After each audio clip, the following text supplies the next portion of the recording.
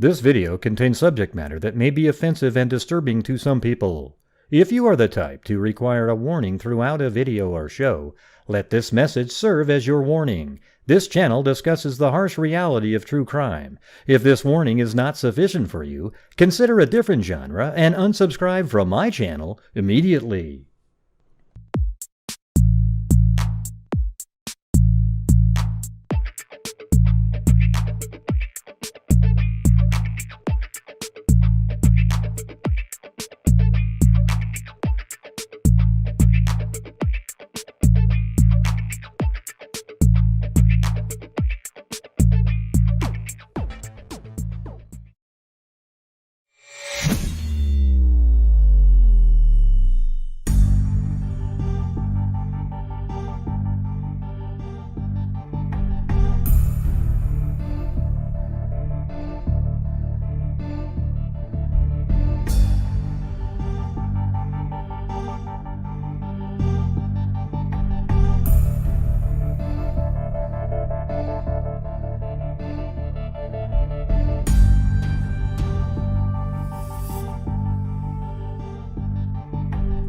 The Greybot 9000. That's right. That's right. That's right. Unbelievable. Unbelievable. Yeah, I actually had a whole nother show and everything planned for tonight, but it was weird because I was talking to LM, right? I mean, even though she bugs the hell out of us all the time, she reminded me of something. You know, we were just she was telling about something she'd heard a long time ago, and I was like, wow, okay. Well, let me go check. And then I looked in a conversation that I had in March of 2017, and guess what? There is Anthony Schatz's name in that conversation. That's crazy. And I'll be honest, I even said, I don't think it's not him. And I don't think it's him still, but I think his account has something to do with something. So it was really weird, you know? So, hey, thanks, Tracy. Mr. Robot. Greybot 9000. And so I'm going to show you the conversation, and guess what? It's the same person that I was conversing with about what was on the video of the two girl, of the killer on the bridge, right? The bridge guy, that you guys like to call him. I like to call him killer, murderer, that kind of thing. But that person, described it. So I'll go over that too. And then there was another piece of information as well that that she wrote to me a long time ago. That now it's kind of like maybe we can figure something out a little bit in terms of where he might have been at one point. All right. I don't know what that means. These walls have eyes. You sound like another troll. Yeah, so here we go. Here we go. Check it out. I'm going to go over this right now. And then I'm going to be going over to, in 2 hours and 50 minutes, I'm going to go over to Web Sleuths, and we're going to talk about Delphi over there. So it's going to be one of those long nights, you know?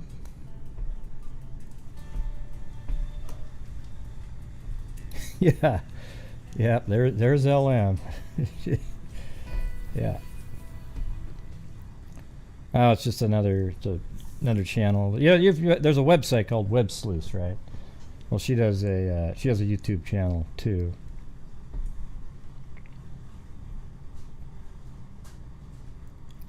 It's your birthday today. You're not even a channel member. Jesus, are you kidding me? Let's see. Mary Lou's, maybe later in the show, Mary Lou will get some lungs for you.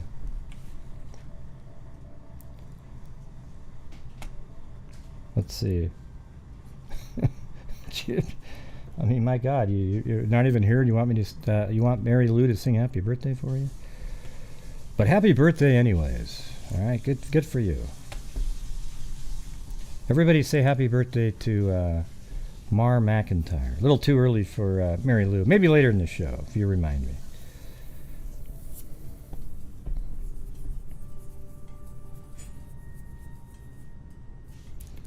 Okay, so I am going to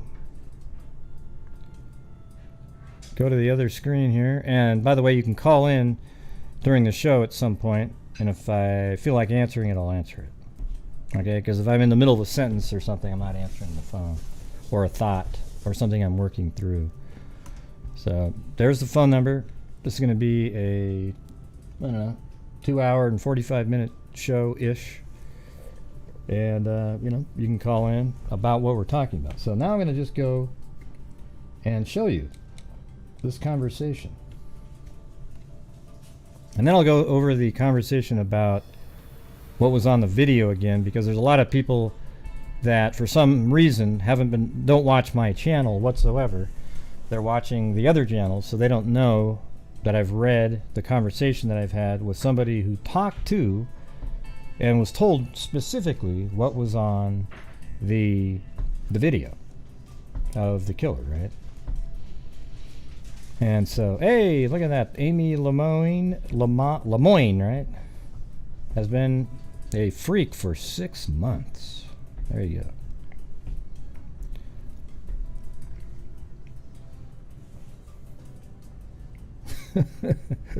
See, it's happy birthday to Marmac. Okay, now Mary Lou's probably saying, "Holy shit!" Are you there, Mary Lou? Hold on a second. Yeah, I'm here, Gray. I'm here. Well, what for? What? I mean, how come you didn't jump in earlier? Because she said it was her birthday. Well, because you said she wasn't even a channel member. Okay, well now people have sent in super chats for the birthday, and they're all saying happy birthday. So you need to sing happy birthday to her. Okay, here we go. La la la. Let me get ready, everybody. Okay. Here we go. Happy birthday to Mar McIntyre. Happy birthday to Mar McIntyre. Happy birthday, dear Mar McIntyre. Happy birthday to you.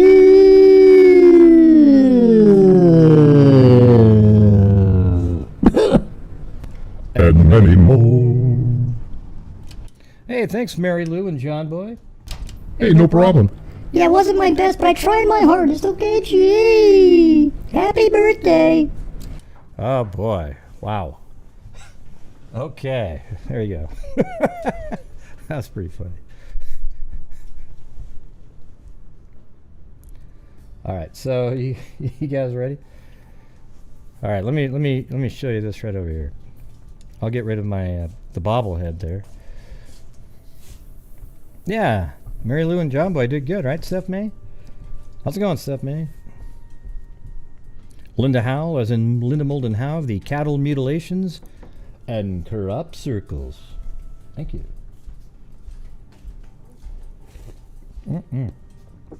Oh yeah, that's good.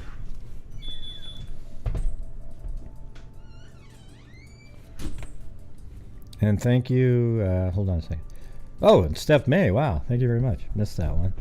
Cat eye donation. I was in the middle of listening to Mary Lou's wonderful rendition. Thanks, Mar McIntyre and Amy Lemoyne. All right, here we go. We're going to go back in time right now. Here we go. This is crazy stuff. And I think we can get a mind into one of these wackos, right? I blurred out the people's names and an account and so forth here. And so this was March 22nd, 2017. Thank you, One Sly Angel. And it was, in the evening. Who cares? 3/22/2017. It's right there. Right, so it says, want to see something else that was sent to me? Liberty's Instagram is open. You can see where Anthony Schatz likes her pictures. It's a fake picture from a model. It's too much to explain, but Libby stayed with a friend, and let's see, where is it? The weekend. These have been turned in also, I promise. This guy was Snapchatting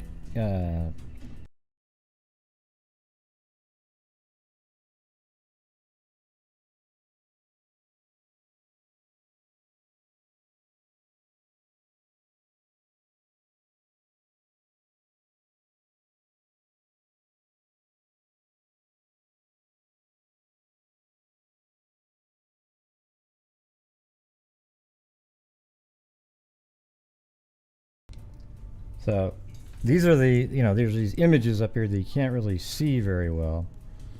And, but I have those. I have the full images. So then it says, that's all I got of the conversation. So she actually got screenshots of a conversation with Anthony Schatz with a girl. So you can see what he's doing, right? So listen, that's all I got of the conversation. The guy in the picture she gave a name. I don't know if that's the model or whatever. Another famous something, you can reverse photo search it. A ton comes up. This is a similar name, fake picture on Instagram, liking Libby's stuff. So I guess there was an account that was liking her stuff but had the same picture on it. But maybe a different name. Looks like a similar picture but a different... I guess it was a similar picture but a different model, she said. He liked some of Libby's Instagram pictures. If you look, his name was Shots on Snapchat. Pretty crazy, right? And then I said, I don't think it's related, That's what I said back then. I'm not going to hide that I said that. And then she said, I don't either. But I do maybe think this man is in some trouble. I believe he's actually really from Las Vegas and was one of the first questioned and definitely not who he said he was. Man, isn't that interesting? Wow, I mean, this is great. Statistics say this guy should be very close, but shows there's a lot of creeps out there just from this case alone. Haven't I been telling you guys that? That there's a lot of, just going over, just recently through various shows that I've been watching, there are so many sexual predators out there. It's scary. Thanks, Surf. All right. Statistics say, look how close, back then, we're talking, this is 1 month after the murders. Isn't this wild?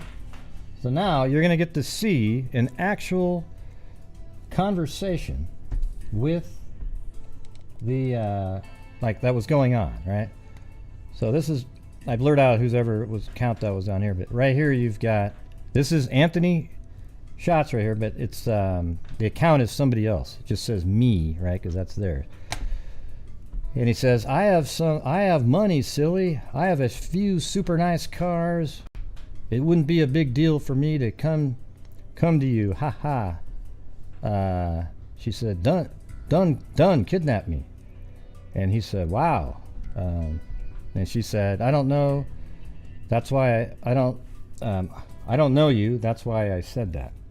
Oh, said, don't kidnap me, I guess is what she was really trying to say. Okay, rate me. And she said 8. This is... Alright, so now I'm going to go... Isn't this weird, just sort of being able to see the actual conversations? These are actually in my Facebook Messenger from March of 2017. Unbelievable. And then she put 10, and he says, ha, hey, thanks, yep. So I'm obviously cute to you. Why would you ever think I'd kidnap you? I'd beat someone up that messed with you, silly. Now he's trying to be like the protector type. I never do anything to harm you. And then she said, normally older people don't do things with younger kids unless they are kidnappers or something. And, thanks. Wow, sorry for thinking you're pretty. Nah, don't take that towards you. I was just saying, and that's really all, well, let's see, just saying, and he says, oh, haha, I was like, what the F? I don't know, I'm attracted to you, sorry. I'm older. You just are, and then dreamy eyes or something. God. He's just working the angles. He's trying to let it, hey, it's okay that there's a little difference in age here, I still think you're really cute. If we could work through the age part, Yeah, it's crazy.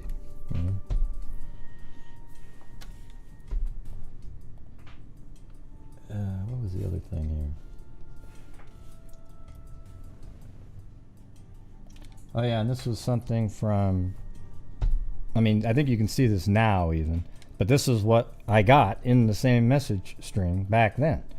This is from March back then. It says, new account, follow me, Alaska born, Indiana raised, travel living, LA, New York, business travel. Thanks, thank you, Kristen Cure. You know, the thing is I forgot all about this. I got to be honest with you. I just knew that the Anthony shot sounded very familiar to me right when it came out, but it was like, I mean, I don't know why it sounds familiar, and it's because it was actually in a conversation from 4.5 years ago, almost getting close to 5, right? March is 5 years.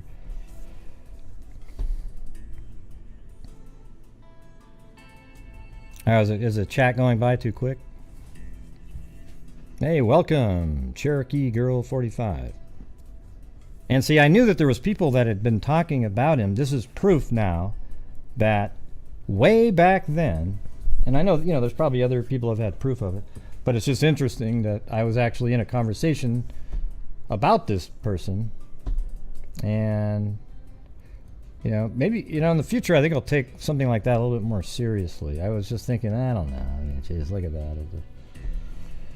But, you know, when you think about, there was something interesting in the one part of the conversation that I read is that I think it was he was communicating with a friend. That's right. So the person that we're reading from is a friend of Libby's. And Libby stayed over, she says that Libby stayed overnight at that girl's house maybe a week prior. And then, wow, wouldn't that be really crazy if that's kind of how that all went down?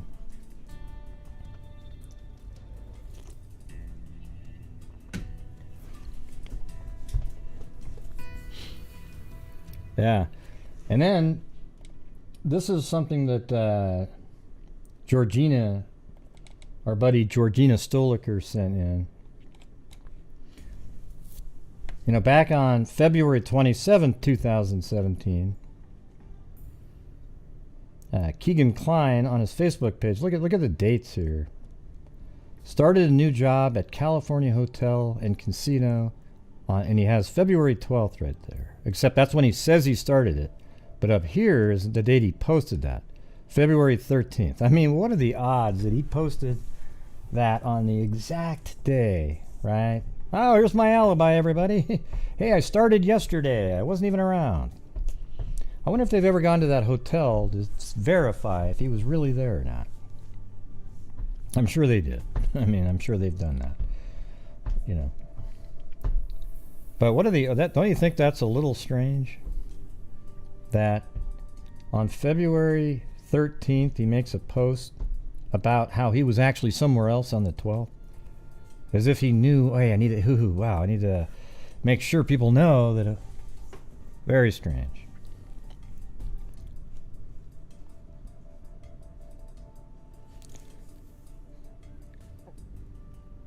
Yeah. I don't know about, I think they have these kind of tips. Like all these things that I'm showing you were sent in a long time ago. I think what happened was, well, here, I do have an article that I was going to show you guys. There's a new one that came out today.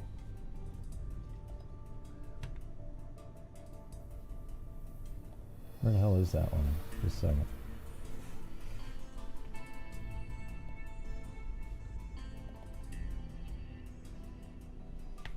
Yeah, that wasn't the folder.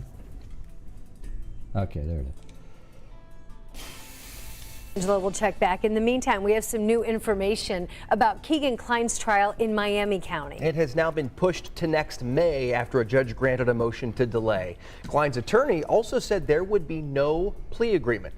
Kline faces 30 charges related to child exploitation, child porn, and child solicitation. Just yesterday, state police told... You know, it makes you wonder if Keegan Kline was maybe supposed to make an agreement with them. And then he backed down, and that's when the police, the Indiana State Police, put out that press release. And then they also maybe even tipped off that news outlet to then identify him, to put even more pressure on him. But he's probably decided that since my name is out there, Now I'm not going to make a deal. Like he was supposed to speak, but he didn't. Something like that. Like he was supposed to say something, and then they're like, "Hey, we got to lean on this guy. Let's put this out there, and then let his name leak out as part of this report that came out." And now he's really freaking out. But instead, he's saying he's not going to. Maybe the lawyer really does want him to make a plea deal, but they want a better deal. And I would give this guy, I mean, I don't know what kind of, the stuff he's done is, horrendous. So, if he didn't physically hurt somebody, maybe you could make a deal where he got 10 years in prison for all the shit that he was doing, the exploitation, if his information leads to the killer of Abby and Libby. I think I would make that deal.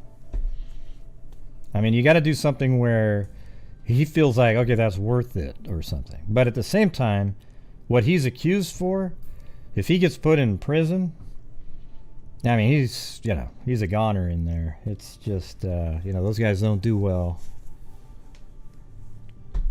Yeah, I don't know. You think he's the killer? He doesn't look like him at all, even back in around 2017. Oh, and there was also a podcast that I listened to today. They interviewed one of his good friends. So maybe this will make you change your mind, Zozo, but probably not because you're stubborn. In the podcast, the person talked all about Anthony Klein because he was a good friend. They hung out together all the time prior. And then he said when he watched the video, he didn't recognize, he goes, yeah, that can't be, he goes, yeah, that doesn't look like him at all. He's never looked like that. He goes, that guy looks like he's older, like 40 something. He said the same thing. So that's what he was saying. So, I mean, I would trust what a friend says. So that's interesting, right? Because that's who you want to come forward in some of these. Like, imagine if he saw it and goes, oh my God, that's him. His word, because he was a friend of his, would be insanely valuable.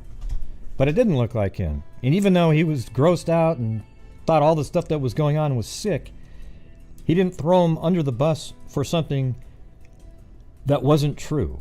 He didn't believe that was him. One thing, that conversation that we just read, we don't even know if that was Keegan Klein who had that conversation. We don't know that at all. That could have been a conversation with one of the other users of the, it could be one of the other users of that username, right? And the IP address, sure, leads back to him because the IP address was, what's the IP address of where it was created at? I don't know if they had the technology to see where was the conversation initiated from. I don't know. I don't even know what that means, Livy. That's just ridiculous. Look up JLI. I mean, who the hell even knows what that even means? It's just. Let's see. The quality of the video and audio could be the reason friends don't think it's Keegan. Well, no, the video is very clear of the person. I mean, it's a person. It's a blurry video, but you can see the person. His face is the only thing that's not clear. But you know what a friend looks like when they're walking, right? Like I could, any one of my good friends, if they're walking around and it was a little bit blurry, I could, oh yeah, that's I know what that is. Yeah. Well, it could be Zozo. We don't know. Very well could be. But one of the things is interesting, though, is don't you think it's a little bit weird now to say that now that we know that there might be signatures left at the crime scene, I don't think that these types of people are like that. They don't leave. They're not signature leaving types. They are just sexual predators of kids. And a lot of time, you don't think of them as like leaving a signature. I don't know how to explain what I'm really thinking there, but the serial killer mentality where they're trying to leave a message for, to let people know I was there and this kind of thing, doesn't seem like it would be part of what one of these guys would do. Even if it is this guy. Oh, yeah? Okay. If anybody wants to call in and talk about this, because I think it's pretty important. Pretty, you know, I mean, it's been out there. People have been discussing it, but I'm now I'm actually talking about it on the show. All right, let me do the, I do have another, oh, gotta get it off there. So let me go through these screenshots, but I'm not going to show them to you because there's too many of them and I didn't have time to blur anything out. So hold on a second.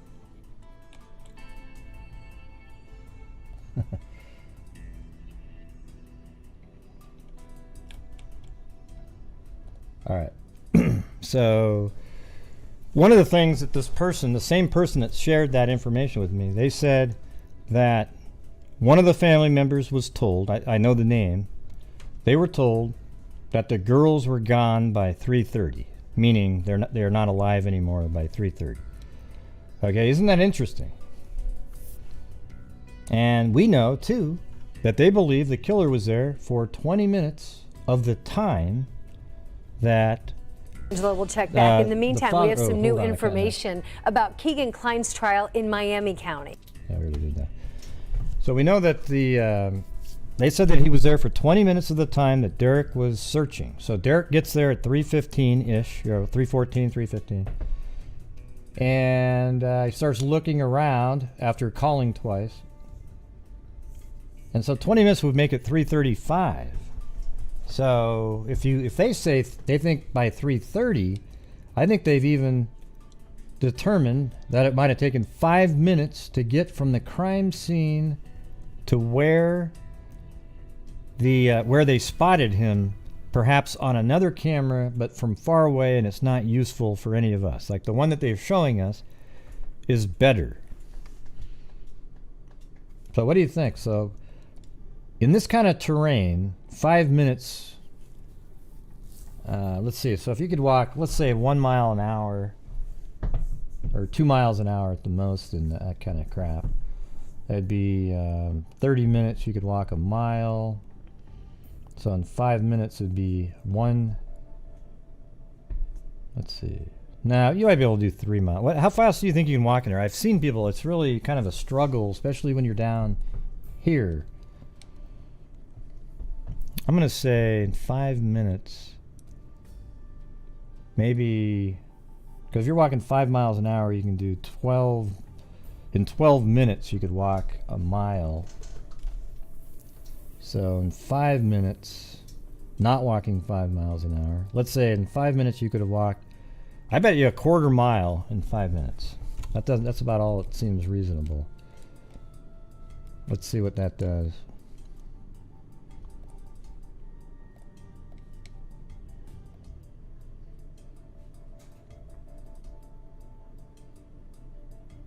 Okay, there's a quarter mile right there. Let's just make it like 0.3, just to, right there. And so look at that, man. He could have came out of there and maybe somebody driving by saw him walking this way. But it seems like if he was still there, I don't know. It doesn't make, that kind of doesn't make sense, because if he was there for at least 20 minutes of the time, he's already passed. He could be past where Derek was walking at this time. See, Derek came this direction, but he went down the 505 trail right there.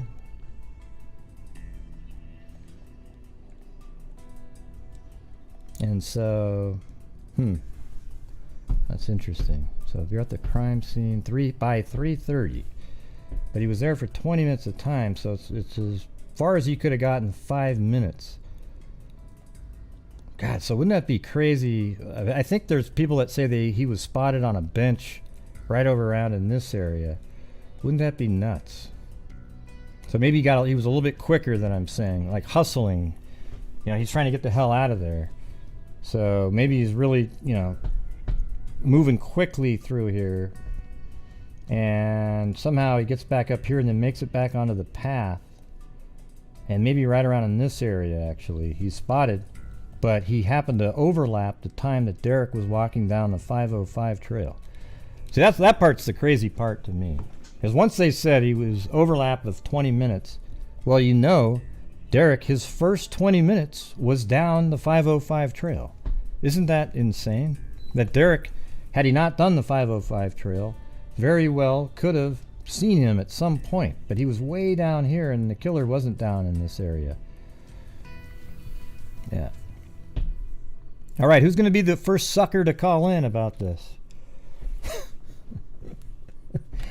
Oh, gosh, Grant, you call them suckers and you want them to call in. Gee. I'm not really calling them suckers. You know what I mean? How about you, LM? Call in. Yeah, you can do it.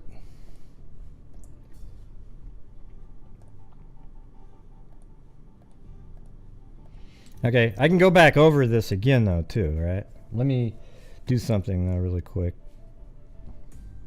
Actually, this one I'll just read it.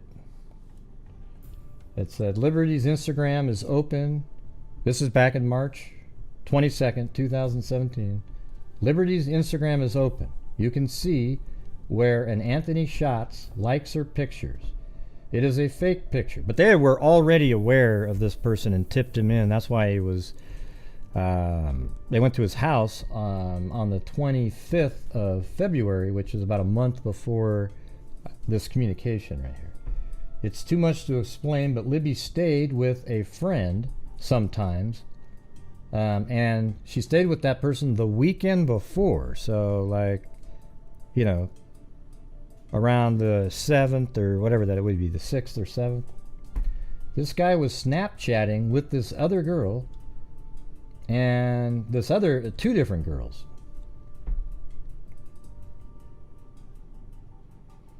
And so one of the girls' mom wouldn't call the police, so she sent them where they'd get turned in once she heard about the girls. Huh, okay, interesting. So I was definitely communicating with the circle of friends of Libby. I find that to be pretty interesting. Okay. Then the next page is this one right here, where there's this. This is the order of the conversation, right? So if we're going to look at that, that would be this. Let's see. Actually, let's go to that first one.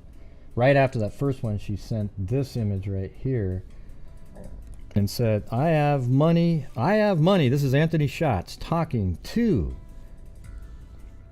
one of the two girls and one of Libby's friends, and said, don't kidnap me. He said, I have some money, silly.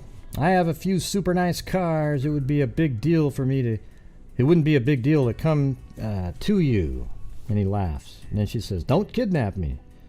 And then Anthony says, wow, with a frown. Trying to make her feel guilty now. I don't know. I don't know you. That's why I said that. And laughs. And he says, okay, rate me then. Straight to, what do you think I look like? And then she gives him an 8. Okay. Then just prior to that, or then just after that one, you see this screenshot. And that's this one. And then she switched it to a 10. Oh, thanks. Yep. Started laughing. So I'm obviously cute to you. Laughing. Why would you ever think I'd kidnap you? I'd beat someone up that messed with you, silly. Now he's, wow. I would never hurt you. I'd actually beat somebody else that would hurt you. And let's see. I'd never do anything to harm you. And then she said, normally older people don't do things with younger kids. See, she's actually kind of, she's heard the stories before, okay? Unless they are kidnappers or something, and, thanks. So, because she's sort of hoping he's real, though, too, with these other sort of. And then, wow, sorry for thinking you're pretty.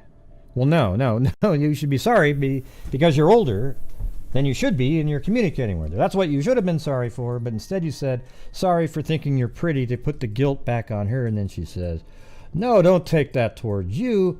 I was just saying. Oh, I was like, what the F? I don't know. Why am I attracted to you? You know, like, I didn't mean to be attracted to you. I know I'm older, but you're just so beautiful. I just happen to, I don't, why am I attracted to you? Sorry, I know I'm older. You're just so pretty, with the Google love face. I could see that working on some people. You get it? I mean, it's just ridiculous. All right. Let me get to this call that came in. I guess there's a couple of them.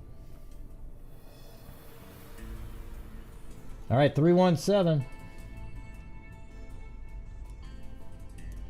317. Yeah. Hello. Hello. Who's this? My name's Ashley. How's it going? I'm doing good. Yeah, I was just wanting to comment. I actually went to Delphi in the springtime and in the summer the past year, and I just wanted to answer your question because you were curious about like how long it might take. Oh yeah. From where the were found to the fence line. Well, it was more like how fast you can walk, Yeah. So I walked that, and it would take, like you said, about 4 to 5 minutes if you're just kind of going at a normal pace. The terrain there is very steep in certain parts, like what you had mentioned on your show previously, that they have pretty intense cliff walls, along the water there. And then once you go over the creek embankment, and where you're kind of at where the girls' bodies were found, there's a little bit more flat land, but it still goes uphill. Yeah, there's a big steep hill from the crime scene up to the cemetery. Like, I can actually tell you, it's 635 feet elevation at the cemetery, and down by the water it's 558. So it's almost like a 90-foot rise just in that little distance there. Yeah. Correct. And so that is why when I went there and I got to the bridge, I have an extreme fear of heights. And as soon as I took like 2 steps on that bridge, I was like, there's no way that I can do this.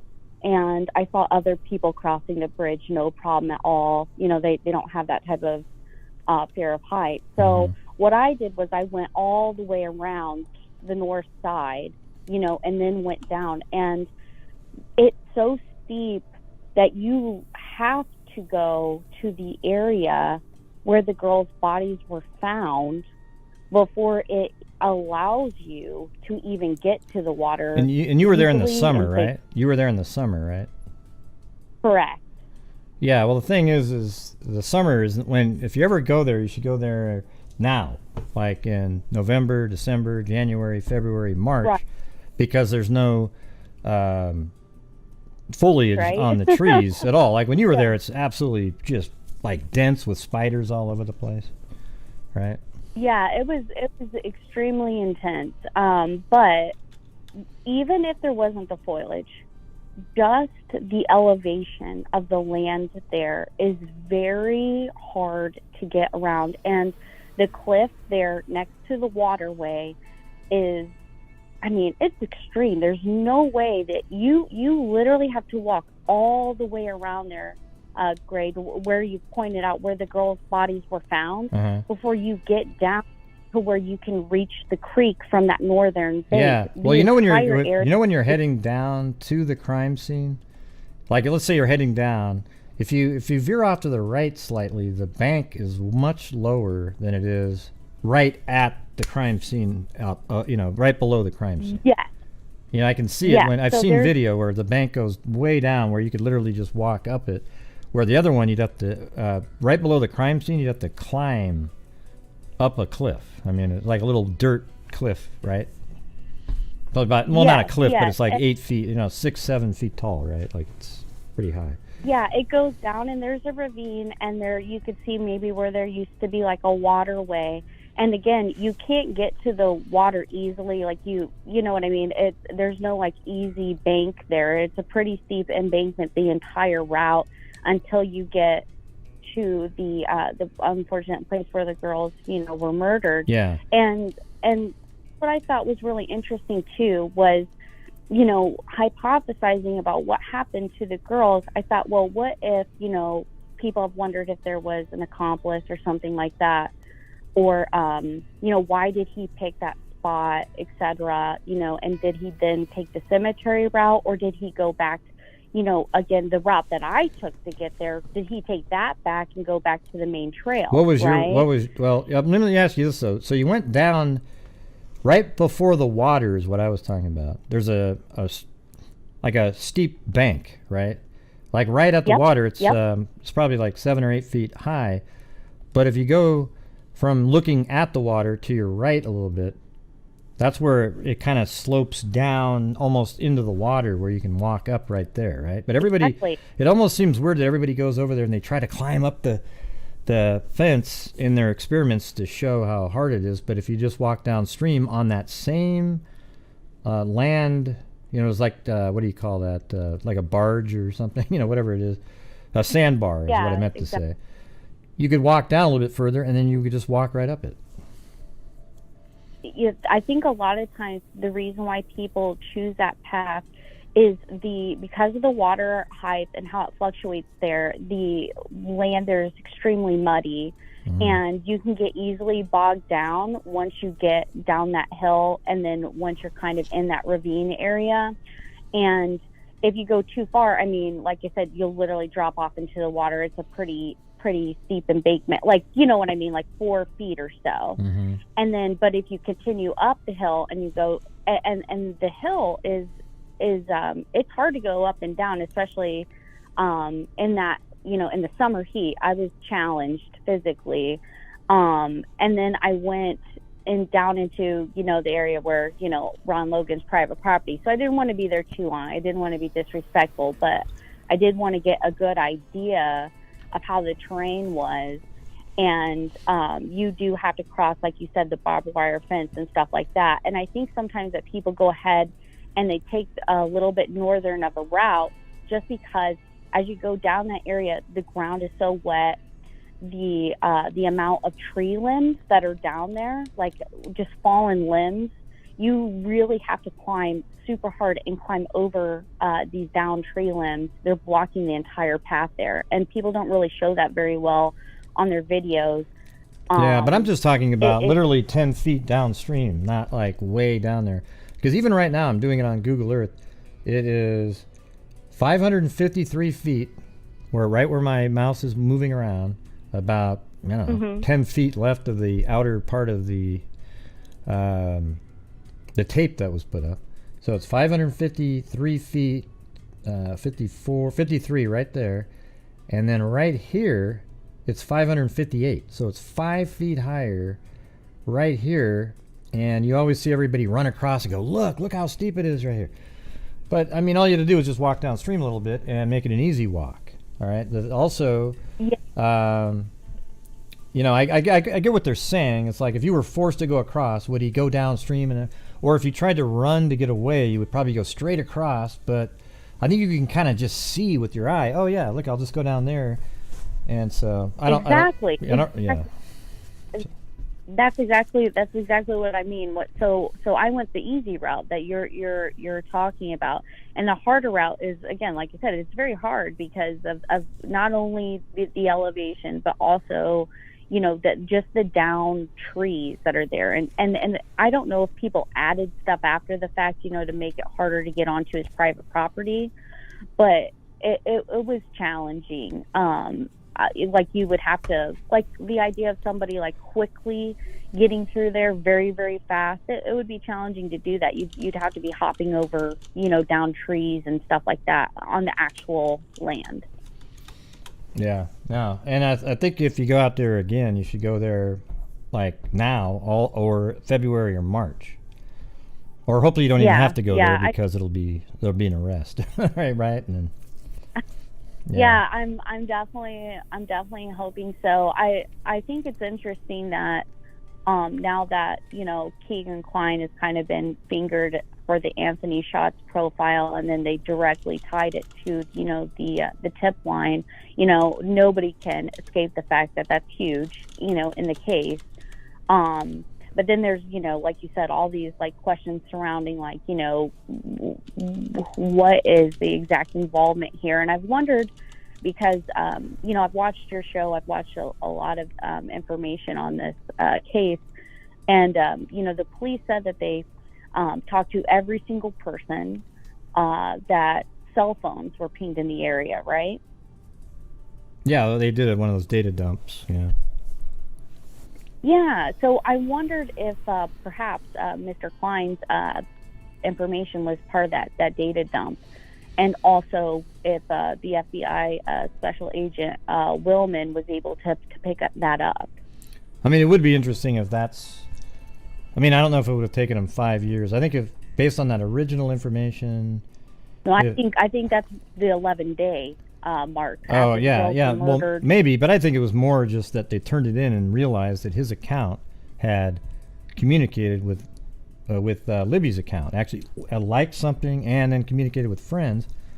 And the FBI found that, looked at the tips, found him, and went, "Wow, that's interesting." So then they went out there and tried to get his phones to get all of the information, but it didn't seem to lead anywhere towards the Delphi case, other than that initial like that they saw and other information. But you know, I think over time they've learned that. I think he might have even said something to them that, hey, there was other people using that account, and then he was maybe going to speak, and then he decided he's not going to speak. Then they put out that press release and then the news to put pressure on him, and he's still not going to cave, something like that. Yeah. I think that there's definitely something to the fact that, you know, if he is, let's, you know, hypothetically speaking, if Kline is a prime suspect here, if he was out there and committed the crime, there's a good chance that he, you know, brought some type of cellular device with him. Yeah. And if they happen to tie the cellular device, you know, again, they had to have suspected, you know, the Kick Messenger, the Snap, Right. the Instagram, like you said, there was a connection there, and then they traced that IP. Yeah, I just don't think he would be that address. stupid. I think if his cell phone pinged in the area, he'd be arrested right now and maybe even on charges. I just think that they didn't have that. I don't think they ever. I think you'd be an idiot to go to a crime scene. I mean, not saying they're all geniuses, but to do something like that and bring a cell phone, your own phone with you turned on. Okay, I just think that account communicated with their account, and because it communicated with their account, they went over to his house and they got a warrant, got the phones and everything like that. That because it communicated with their account. I don't think there was anything more than that. I don't think there was like during the data dump, because those data dumps take a long time to go through. So they were on him quick, you know, within 10 or 11 days, or 11 days after they were found. So I don't think that they had anything other than there's here. Yeah. Anyway, I got to get on to it. This other person's been on hold the whole time, but I just don't agree with that part. I was just going to say one thing. You know, what about the Anthony shots and just one like would have made that stand out? That's the question. Because they knew that it was they knew it was a catfishing account, and there was a whole bunch of people on social media. Like the start of the show, I just showed you. There were people that saw that account and then turned it in as a tip. Then they saw, wow, this catfishing person liked one of Libby's posts, and he also has communicated with Libby's friends. So let's take a look at this guy. Right. Don't you think? Doesn't that sound pretty? I just want to thank you for sharing that information, because I think, like, you know, it's the why behind the Anthony Shot stuff and kind of what you guys are kind of uncovering there that's helping fill some of those gaps. So I appreciate that, and thanks for letting me. Yeah, chat but on you your should show. call. You should call back in and go back out there when it's like this time of year, but bring somebody with you. But you should go down there where it's I nice did. and clear, you know. Yeah, I brought my sister last time, so yeah, I definitely love to go and maybe take some video for you, so you could see the terrain and Yeah. and it is insane. It'd be cool if somebody would just put a GoPro on their forehead and start at the cemetery and just walk down to the crime scene. You know, then you'd know exactly what's going on. I don't know if it's legal though, right? Because doesn't Ron Logan own that? He doesn't want people to go on it. I don't know. Yeah, I know, and I'm that person that sometimes walks that fine line. I didn't want to stay too long on his property, but Let me ask you curiosity something. gets How the did best you of did me. you go down the trail and then cut through the woods all the way around? Is that how you got Yes, there? Okay, like the same way that what's his name? God, I can't remember his name. But anyways, all right. Well, thanks for letting us know about how far you think they could go. Probably back to where the trail is. Maybe if you were really hustling, right? Yeah, exactly. Yeah. Awesome. Well, what was your name again? Thank you. My name's Ashley. Well, thanks for calling in, Ashley. Appreciate it. My pleasure. Bye bye. Okay, bye bye. Here we go. 978. 978. You got to All right, who's this? It's LM. Oh no, it's LM, everybody. Oh my God. Shut down the stream, please. Here we go. Watch, he'll bash you in a couple minutes, you bastards. Yeah, you know how it goes. God. I know how it goes. Yeah. But yet, I'm still here. Oh man. Hi, Gray. Hey, how's it going? So first of all, thank you very much for covering this, because, I reached out to you just kind of baffled when I recognized the name and everything. So I do appreciate you covering it, and I'm so grateful you also had the same information. Well, you sent me an email on the 7th, but I didn't get it. Right? And then you're upset that I didn't get it. Because the thing, what sucks is, if I had gotten it, I think it would have led me down the same path of realizing that it seems like that was the same person that I had talked to a long time ago. And then I went back to the very beginning. It was just a ton of conversations. I'm going to go read through the whole damn thing now. But I found that portion. It was weird. I saw the screenshots that I just showed on the screen. Those are actually from my Facebook page. Pretty weird, huh? It's so weird. It's so crazy that we had that name in our inbox since like February, March, and we never thought twice of it, It's crazy. Yeah, the name actually sounded familiar when it was said, though. I was like, I've heard that before, but it was just really distantly familiar. Right. And I felt the same way, and I was like, I did the, when you can like Google just the name, and I was like, oh my God. Well, you can look it up in Messenger, and I was like, oh my God, I know that name. I've seen this since a long time ago and just ignored it, kind of thing. Anyway, so thank you very much for covering it. And well, what do you think about it all? Well, I think it's someone else. I don't think it's Keegan. Yeah, personally. I guess his name is actually pronounced Kagan. I didn't know that, but his Keegan, friend sorry. called. Well, no, I didn't know that till today. Well, there's another Keegan around there. Well, you have to apologize. I know, was a but bad the thing is his friend called him Kagan, and so did some other news. So I was thinking, well, why would a friend call him Kagan if it wasn't Kagan? We're just calling it Keegan because we see the word on the screen, right? Yeah. Yeah. Kagan. Yeah. So, obviously, they had it quick, right? The information on him. Law enforcement had Keegan's name very quickly. And literally from the beginning, I mean, he's one of the first. Yeah. Probably first. Search warrants, right? Here's the thing. I guarantee this is how it went.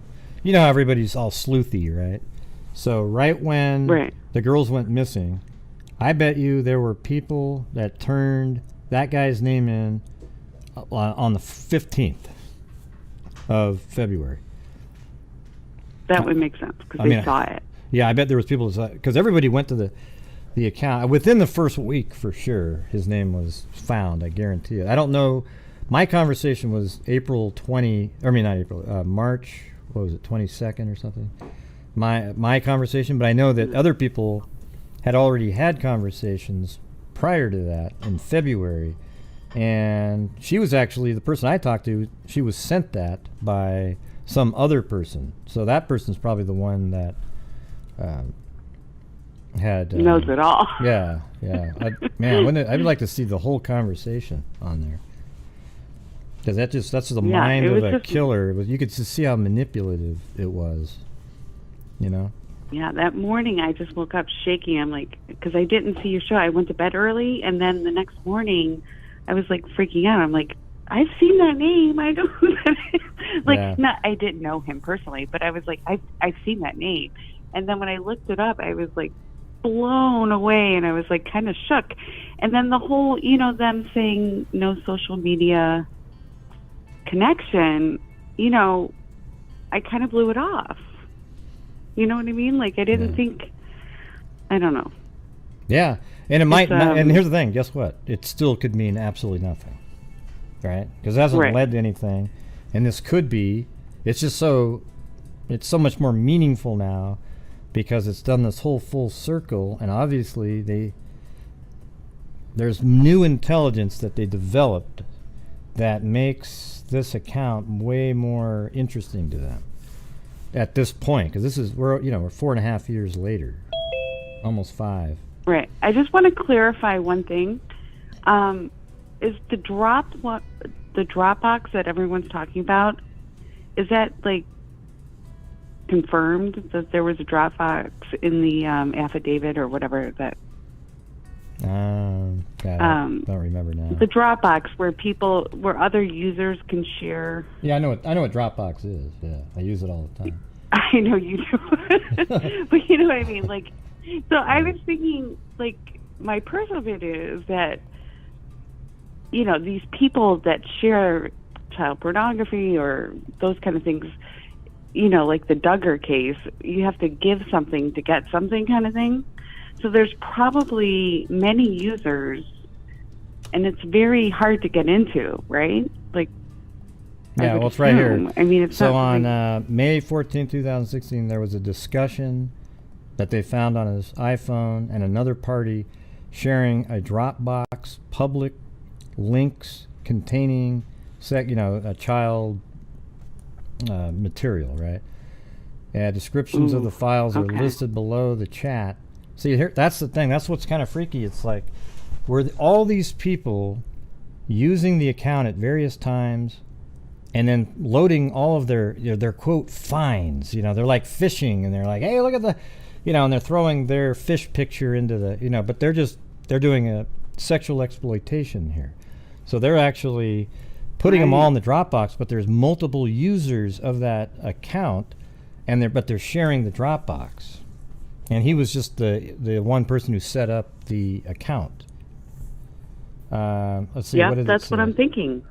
It says the user of the iPhone 4 portrayed themselves as Emily Ann 45. The user had used the Emily Ann identity in 2015 on the Samsung Galaxy. So so he was trying to hide his identity when he would access the Dropbox. Pretty weird, huh? Was it really, Georgina? Well, we should go back and look. What we should do is go back to. Well, I don't know when I started to do live streams on this case, but I wonder if it'd be interesting to go back in time and see if there was an Anthony Schatz that commented on any of my videos. Wouldn't that be weird? Oh yeah, that would be a good idea. That'd be freaky. Yeah. So, anyway, I just want to call in and say hi and thank you. Well, no, thank you for giving me, bringing that up. So I just randomly found a version that I had. Yeah. So. Right, and it does prove that they knew early on, but what I wonder is, well, I don't even wonder. I kind of feel it firmly is when they're asking for more information, they're not asking about Kagan, you know. Right. They want to know. I feel like they're looking for some. They're looking for another user, else. Probably, and they want a description Right. of somebody. That's my guess. And if any of them ever met somebody, who did it turn out to be? And then that's going to lead to Right. another sketch, right? that's the weird part about it. And then, Like hey, we it's in need one between. more. It's in between this sketch and this one. Yeah. But anyways. Well, thank you very much, Gray. Have a good night. Well, it's good talking to you, LM. You sound nice on the phone. You got to translate that into the chat. So, thank you. No, I'm just kidding. Right. And I just want to say hi to the freaks. And, you know, I love the moderators, and I love the freaks, and I love to chat. And sometimes I get a little grumpy, but See, look at that. you get grumpy too. Well, yeah. That's for damn sure. Let's not kid around here. All right. Well, thanks for calling in. Have a good night. All right. Thank you. Bye-bye. Bye.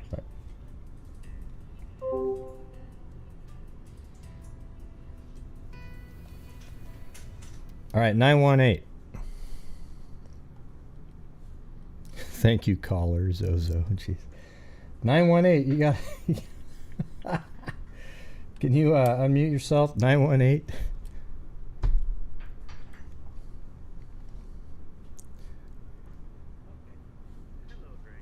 Hello, who's this? Is that really your name? And oh yes, it's really my name. You know who I am. Oh yeah, okay. How do I know you? Trust me, Gray. I'm going to be more casual than you think it is. Wait, are you the one that's called in and screamed sometimes? No. Oh. Gray. Trust me. How do you not remember me as considered the king of trolls on Delphi? Yeah, that's what I'm saying. Your voice sounds like the trolls. That's why I'm saying the one that called. No. What I want to go with actually is, and I'm hoping that you have the article in front of you. Do you have the article of which was from February 25th, 2017? But well, there's probably multiple articles. Oh, you mean the one from the arrest? Yeah, this one is titled FBI Searches Peru Home Finds No Links to Delphi Killings. Yeah, well, I went over that last night on the show, that one. Obviously, a lot of these callers do know me, don't know me. Have you even concluded that Mr. Klein is not linked and related in the killer of Delphi? Yeah, I've said multiple times I think that he probably isn't, we don't know for sure, but I don't think he's the killer. So the thing is, I don't think Do you mind if I quote the article that comes from an FBI agent? Yeah, I know that what it says in the it? article. I read it last night. It said that they could find no link to him during the... and they searched his place twice. Right, but obviously other information's come forward since then. And okay. Right, so it's pretty obvious, right? So now that they're looking at him again, because if that was true, correct. Yeah, well, it is correct. It is obvious that something else. I can't find the I can't find the article, but Tobe did come out and said that he cleared all sex offenders. Right, but anyways, right now we're 5 years later, and they want to know who all the under the Libby Nabby investigation. They want to know who the user. Other people that have used and communicated with that account, because they think that there might be someone else connected to it, right? Doesn't that seem kind of obvious? Correct. I believe that the killer is the killer, and Klein is something that is linked to Delphi. Someone else that I know of, not Greeno, has actually connected the link, which was a liking on. No, we already talked about that. Little. Yeah. Okay. Yeah, he liked one of Libby. That username liked one of Libby's posts, and I just went over it. You probably just tuned in and then called right away because you weren't. Oh no, I haven't watched any of your shows lately. So. Right. So just now, at the beginning of the show, you didn't watch how we went over all these different things. I can tell you just called in to do your trolling voice and things like that. No, I'm not trolling these. Well, you weren't really. Well, you weren't paying attention, obviously, right? So we went over all that. We said. No, I'm not gonna do the kind of conversation with you because this is how you do it. It really sucks. No, this conversation is stick to the facts, sir. You're always one of the rudest people that ever calls Stick to the facts, sir. All right, see you later. All All right. Let me get the what's the next one? I think it was. All right, AJ, you're next on here. Good luck. Hi. Hello. Yep, I can hear you. Okay, cool. My mic's kind of messing up. Okay, it's just a quick one because I'm kind of new to the case. So, would you say it's a catfisher? I don't know. I've never thought it was one until recently, and maybe it is. You know. Okay. Because of the way the, you know, I was talking about earlier. It seems weird because I don't think catfishers leave signatures at crime scenes. Exactly. Yeah, Yeah. I'll go along with that. Okay, so if it was a catfisher, how did he know the girls was going to be there that day? Well, he communicated with he somehow, I don't know. He had on Instagram. I think he liked one of Libby's posts, and I don't know if something else happened where he could see, like if she put on Instagram, "Hey, I'm going to the." She had an open account though, so. Exactly. So I mean, anybody could see it. I don't think she mentioned on there. But wasn't it? And she had like a couple spur friends. of the moment kind of thing. Yeah, I mean, it could have been that Like he just went to the. like- I don't know, man. I really have no idea what they came up with. You know. See, what I don't understand is if it was a catfisher, how did he know that they were going to be there that day? Yeah, If well, it I mean, that would be the like- key. But they obviously think there might be something to it, right? The FBI, because they're looking into it right now. Exactly. Again. So it must be somebody personal to Keegan. Yeah, like That he could tip them off, right? Maybe it could have been that there might just be multiple users that do their own, that were using the same account and logging in, and they would just do their own missions, whatever you want to call it, to go try to get as much porn and crap that they could, and maybe they had their own communications going with somebody else that informed them about that, but that would have been through Keegan's account, and maybe that's why Keegan deleted everything off of that phone right before he handed it over to police on February 27th, 2017. Right. I just can't wrap my head around that. That you can just know they're going to be there that day at that time. Yeah, and well, maybe there's somebody else. Wouldn't it be interesting if it was somebody else? Wouldn't it be interesting if there was somebody else that he went there to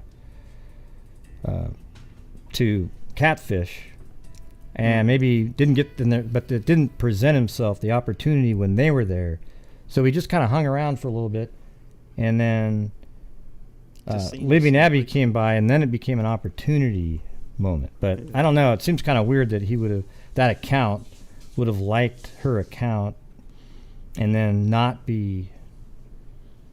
Then it was just random. You know.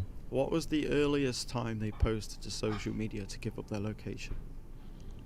Oh, I don't know. Like, there was no indication. See, well, the thing is like Robert Ives, everybody was saying that there was no social media link for a long time, like literally first year. So I don't know what information they have that would have, when they said, if they even did it at all on social media, that said, "Hey, we're going to go to the Mononai Bridge today." Right. Yeah, I don't know if that even exists. You know, if let's say they just posted to Snapchat when they pulled up. Mm-hmm. The killer would have had to been at home at that particular time, not planned it at all. Could be with his wife. Yeah. Just get up, leave, get all the way to the bridge. Park the car at the CPS building, run all the way to the bridge, and by the time he got there, they're on the bridge. And he was so calm on the video. I don't. Yeah, no, I get what you're saying there. That's the stuff that's what makes it confusing to all of us. It's like, man, we never thought. I mean, I never thought social media was part of it. Apparently, they think it might be now, but if it was there communication from her account to his account? But but here's the thing: is she didn't delete her phone during that time. She did a week before. She did a factory reset. She reset the phone, right? But it seems like the plan to go to the bridge was spontaneous that day. Exactly. So I really don't know. You know, that's one of the things is how would you know, right? How's he done that? It's like, yeah. And what's the chances of him being there? Seeing two people that he's actually catfishing. Yeah. Or being catfishing. No, I don't buy that. Yep, I get exactly what you're saying. But maybe it's somebody personal to Keegan that he can physically tell them that they're going to be there that day to the killer, which would indicate a family member or a close friend. But I'm sure the FBI would have beat that out of him by now, right? Yeah, no, I don't think family members have anything to do with it. Right. Like you think that maybe he was communicating and they go, oh yeah, they went down. He must have tipped somebody off. But then if he did, the FBI surely would have got that out of him by now. Well, they don't allow waterboarding, so maybe he didn't say it. Yeah, I'm just joking. Yeah. Yeah, but you know what I mean. I'm sure they could apply enough pressure to get him to talk if he did know the killer. Well, I wish they did allow waterboarding, though. Sometimes I just wish, God, just whatever it takes, man, get the information. Yeah, he's a scumbag. Yeah, but yeah, good thoughts there. Interesting. Yeah. I'll keep rattling my brain. Anyway, thank you. All right, thanks a lot. Thank you for your time. Bye. Bye. Yeah, that was AJ. Yeah, that was, you know. I mean, those are the thoughts that we have. It's like, how is that possible that it was catfishing if there's no indication that she messaged anybody? But what if she messaged from, you know, I don't know. Maybe one of her friends said something. It's pretty weird. But yeah, that's why it's still difficult to think that it was a catfishing event. And yet, the FBI and Indiana State Police are interested in that account again. So they must have other information that makes sense about that.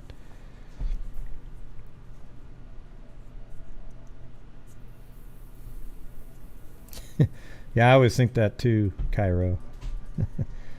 Yeah. Well, isn't mine good like that?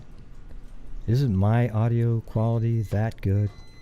Where it just sounds, other than the beeping in the background and the... Yeah. Now, let me get this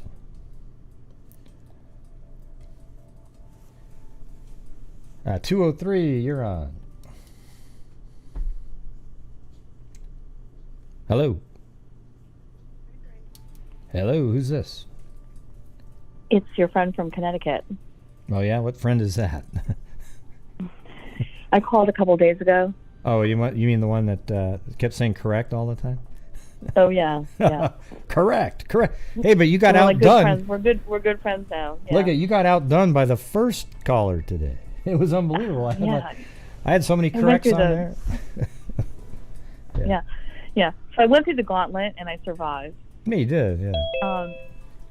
But I did want to say that I think that the triangulation of information is really important at this point because, you know, you have this local, you know, catfish, creepy guy that's not too far from Delphi, and then you have, don't forget all the other stuff that's been laid out there. Like, you have that great map with the cemetery and access, and we've talked about, you know, people of interest. And I think now you just have to connect the dots. It has to be, it can't be somebody who's random out there in the world that did this. This had to be somewhat, I think, very local. And now you just have to just take that triangulation, take a look at people that had access, take a look at people who have been people of interest, and say, what's the feasibility of them being connected to that account? Yeah.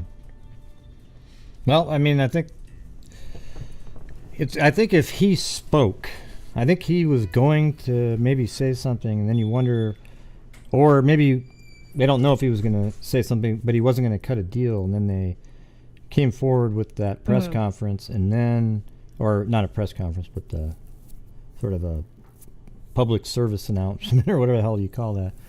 And then they also tipped off that newspaper, and then they came out with the information, and that put pressure on him, but it didn't lead to him cutting a deal at all. But I do think that it's a small network of small towns, and a lot of those people, if they are pedophiles, if you could triangulate suspicious, let's say just suspicious, people who have been suspected and said, like, could they have been there? And then you look at, could they have access? Are they about the same height, weight? And I think it kind of narrows down the field a little. It doesn't, there were so many people who were out there going, oh, it's a trucker, it's someone who drove by.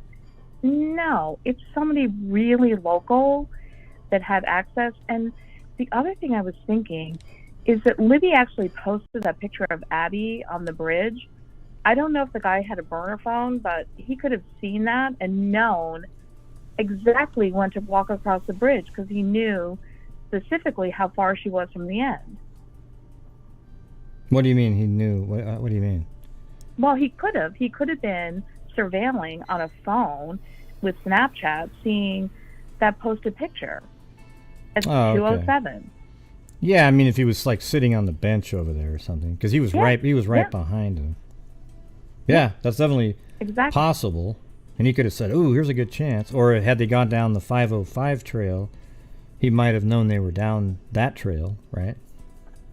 Because I think he would have done either way. The bridge thing wasn't part of a plan. It was just he knew nobody was over anywhere that direction on the trails of any kind. There was not a soul. That's what's weird about it. Is the only three people, or maybe four if there's if somebody wants to say there's another person, but the only three people that are known that were even in the area at the time were Libby, Abby, and the killer. Then just moments later, like within a half hour, other people started showing up randomly again to the bridge area. So it just, he got found this, oh boy, there we go. And then he just came, you got the correct in there. You snuck in. Yeah. All right.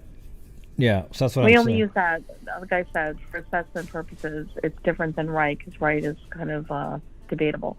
But I agree that it's limited, but if you look back in the history of all the data that's been collected of people that could possibly have been there, and you start looking at people that kind of fit the data profile, and also who could have been linked to that, that's not too far away. I mean, Peru and Delphi are really close. I think the guys were involved, the dad was involved in racing. There's a big racing community, hunting community. I mean, I think you just have to look at who would have access to that kind of information to possibly, stalk or whatever, or find, girls at the bridge. Yeah. Yep. God, man, you called in and you got other people to call in. There's three of them. Okay. Yeah, I think that's a pretty good, I think that's obviously what they're doing, right? They're going to try to figure out, like, I think it's way local. I think I've listened to this stuff a long time, and people surmised it could be anybody's serial killer schmollover, and I think it's extremely local, and this is some group of pedophiles that have, and this particular person could have been a serial killer lying in wait using that account to do the deed he wanted to do. And who knows if he knew those girls, not personally, but just knew of them. And it's a very scary thing, I think. Yeah, I mean, I've always thought it was a serial killer-like person But now that they bring this whole thing up and they want to know who the users of that account were, then it makes you think that it's somebody that was using that account, and maybe there was a group of people that were using that account, and then it sort of it doesn't mean it can't still be a serial killer that was part of that dark web. Because this guy on the podcast today was saying that Anthony Schatz was into the dark web and cryptocurrency. That's his friend saying that. And so that was pretty interesting. So you have to think about it. A serial killer local has access to something from Peru that's got young girls on it, kind of is creepy and wants to do something. It doesn't mean that he doesn't act like a pedophile. It means he's just accessing the data to find someone who he can stalk and kill at the appropriate time. Yeah.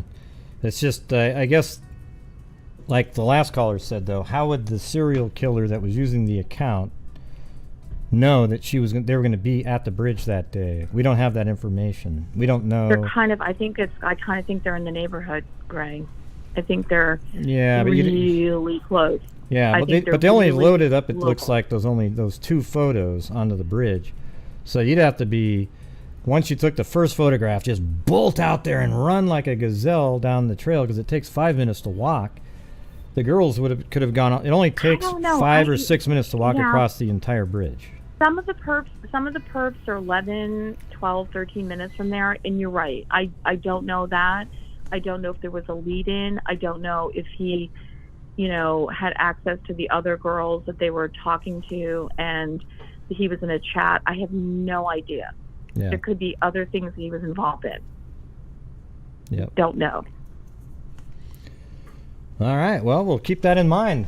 If it all turns out that it's some local guy that was right there and it works out just like you said, we'll send you a hoodie of some sort, the Nefarious one. Sounds good. I want to be Nefarious. Okay. All right. That sounds good. Thanks. All right. Well, thanks for calling in. All right, bye. Bye. Thank you. Bye-bye. All right. We got, there's some aspects of this that just doesn't make a lot of sense, right? How would the person know to get there really quick? It's one of those things. Nothing in this case is ever just bottled up neatly into a nice little package that makes sense. Now, it might be at the very end where it's like, oh, God, that's so simple, right? All right. So let me do my personal public service announcement for my channel. So on this channel, every single night we raise funds to help keep my channel going, and a huge part of it are the charities that we support on sometimes a couple different times during the month, but mainly right on the last day of the month. Okay, so this year so far, the channel, from the income from the channel, because of the generosity of all the freaks, we've donated $41,500. Last year it was $22,000. So, and since the beginning of 2020, it's $63,500. And if you look at the screen right there, the Polk County Sheriff, Grady Judd, $500 for an orphan there. Charlie Project, $500. You've all looked at that on the internet. RAIN, Violence Against Women, $5,000. National Center for Missing and Exploited Children, $49.50, and we donated, I think, a couple times in the name of Abby and Libby. Then Libby and Abby, $2,000, their ballpark. And our DNA fund, $22,500, which that's the most incredible thing that we're doing for this, that we're doing on the channel, really. Because we've already had one case solved and got a name back for a 1961 hitchhiker that was killed in a car crash, and nobody knew who he was, and now his name is Daniel Armentrout. It was unbelievable. So if you guys would like to help out the channel, please become a channel member or send in Super Chat or PayPals, but whatever's easiest for you, I'd really appreciate it. And there you go. And by the way, hit that like button, okay? So I'm kind of shocked to see that we've got something of like 1,000 people watching And we've only got like 300 likes. That's ridiculous, okay? Whenever you go to a show that's doing at least something interesting, hit the damn like button, okay? So here we go. I'm fired out of hit the like button, hit the like button, all the man on beard on 15, I'm on beard on 15, 20, I'm on beard on 15, I'm on beard on 20, I'm on beard on 30, 30, I'm 30, 40, I'm on beard on 30, you want to put 30, sir, 25, and you're out, I'm on beard on 20, I'm on beard on 30, 30, now 5. Hit the like button. All right, there you go. You gonna do it? We're not gonna keep going until we get at least 600 here. All right, Chewbacca. All right, here we go. Chewbacca. Hit the like button. I'm on 15, I'm on 15, 20, I'm on 15, I'm on 20, now 5, I'm on 30, 30, 30, 25, I'm on 30, you want to put 30, sir, 25, and you're out, I'm on 25, I'm on 30, 30, now 5. Oh my God. Are you guys that lame? You know what? You know who the viewers are of the other 600 then. You know, because they're not hitting the like button. You know why? Because they don't feel ethical to like my show because their hero isn't doing the show. Okay. All right, let me get over to the right here. So what do we have? 309. Yeah, 309 is next. All right, 309. Hello, 309. Account. Hello, this account. How's it going? We got 2 more calls It's on going hold, okay. so just zip on through them. What do we got? Yeah, I just wanted to talk to you about the signatures and the idea of the catfish element. So, okay,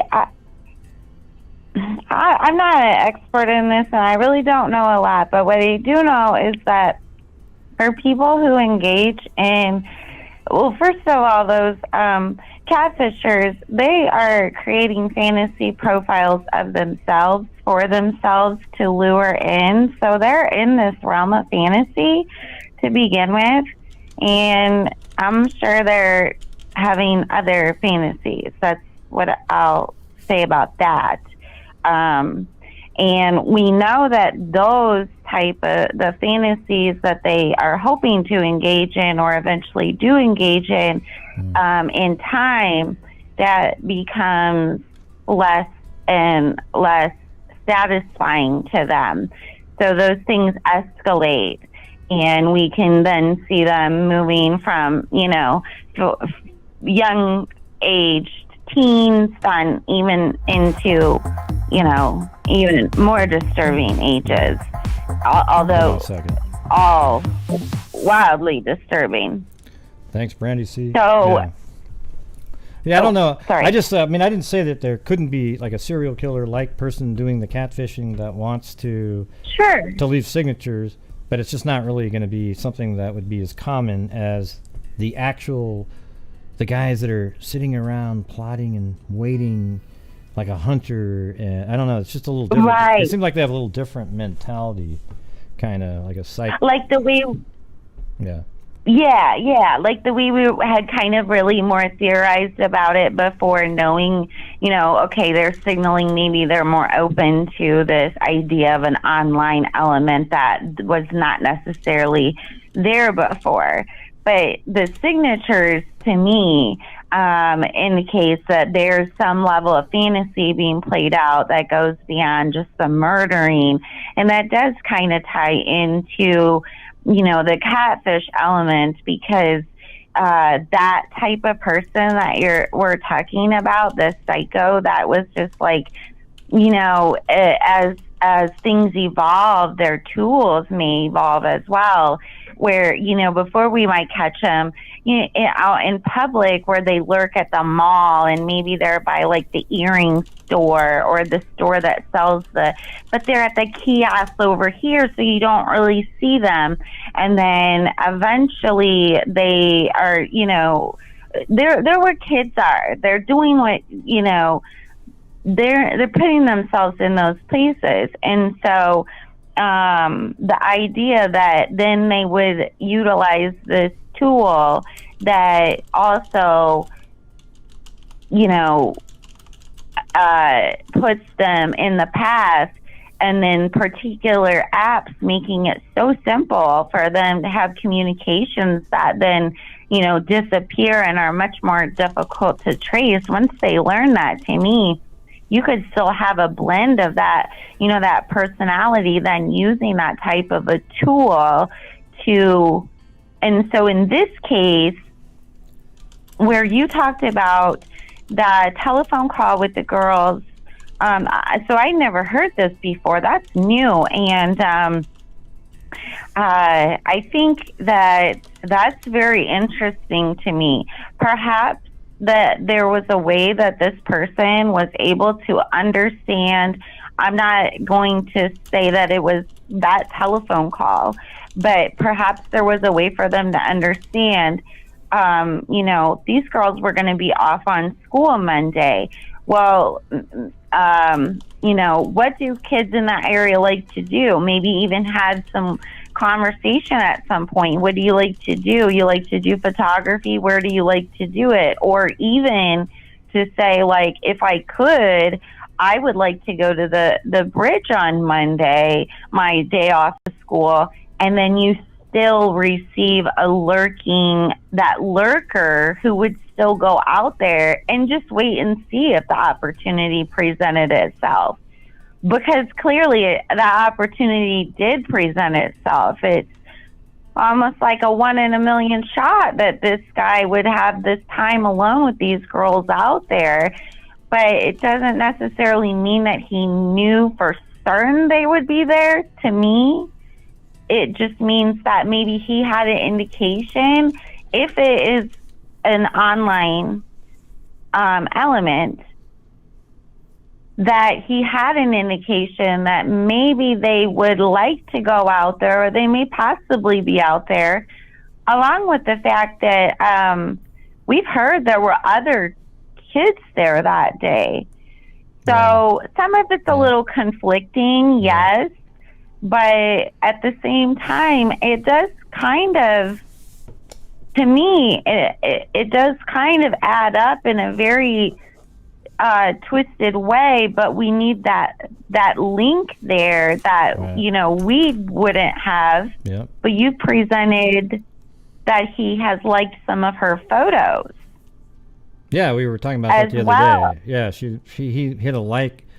He liked some of Libby's images, or like a post that she. I don't know if it was an image, but a post that she had on Instagram. Okay. Yeah, so that was pretty cool. All right. So yeah, awesome. then there's a definite link there somehow with that Shots account, and I'm thinking this guy probably has. My hope here is that through folks that come forward and they give the police information, that I'm going to go ahead and say that I feel safe to assume he's not just using that Emily Ann, and he's also not just using this Anthony Schatz. It's possible he's using a whole other profile of some sort, maybe off a deleted phone or off of some of that deleted information, and maybe someone else in the public holds a clue to a different account for him. Yeah, because that's the thing. I know that's why they're saying he deleted his phone, and it's probably other people who communicated with him, but they don't know who those people are because he deleted the account and reinstalled apps to cover up the data, and so now they want the people in the public to come forward that may have communicated with the Anthony Schatz account. But anyways, I got to get to these other calls, but good stuff by this account, right? Yeah, well, thanks for taking my call, Gray, and I'll see you in the chat. I appreciated it. Yeah, cool. I think you're, you always have good thoughts on it. So I try to think it out. I'm probably wrong most of the time. That's okay, but I appreciate you taking my... Who knows if you're wrong? I'm sorry, I didn't hear you. Well, you don't know if you're wrong because there's no arrest made yet, so we'll see what happens, right?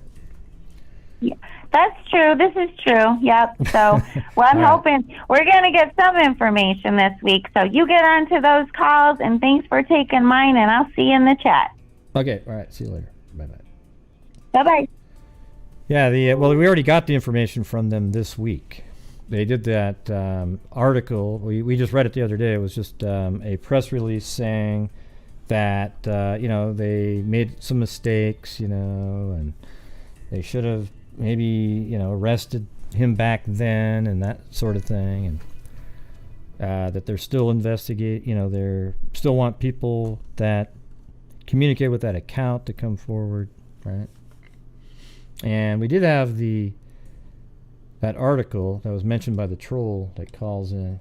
Why does he bother? I always wonder about that guy. Like, why does he even bother calling in? It's really strange. Why would you even waste your time?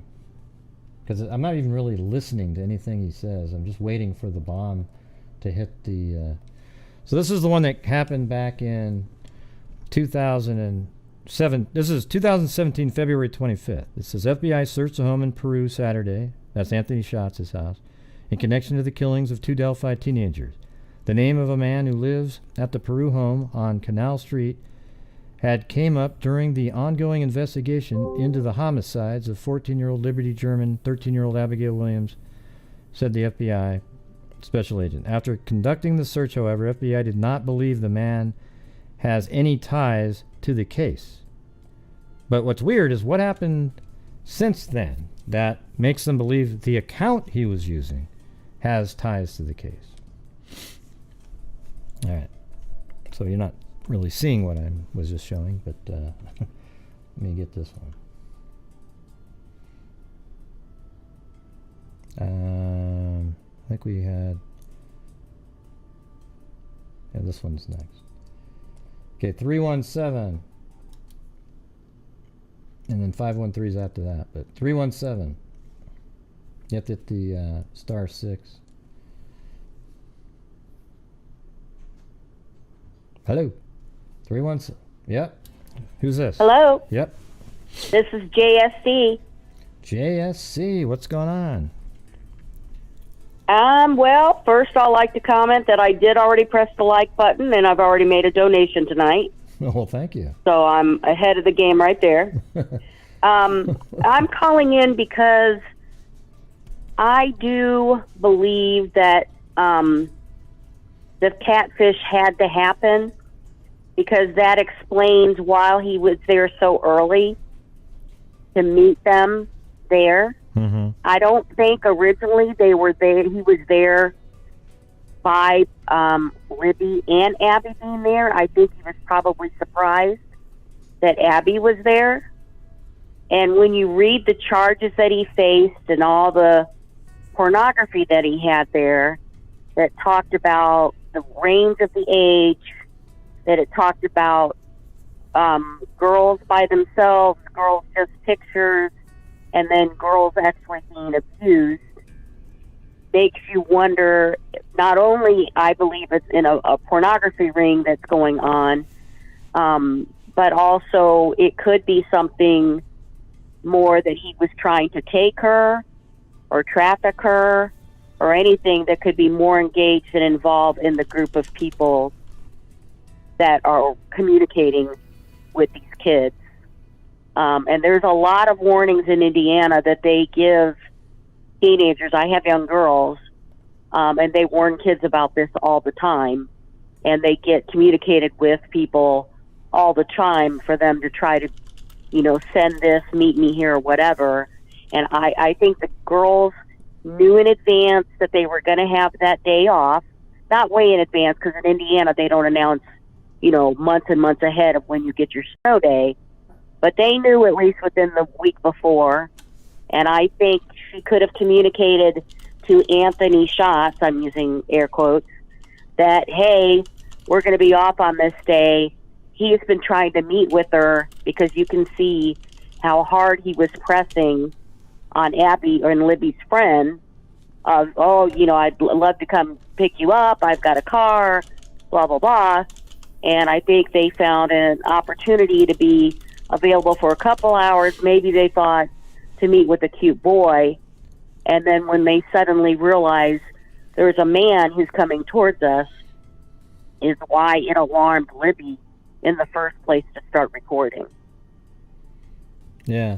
I mean, I could, let me go through this maybe while you're sitting here. So back in the day, the same person that communicated with me to tell me about the Anthony Schatz account way back then, it wasn't even a long conversation. It was like, it was weird. It's so weird to see that in the chat from March of 2017. But anyways, she says, let's see.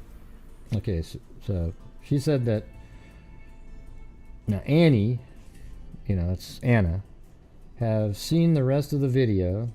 So she saw the video of the girls on the bridge.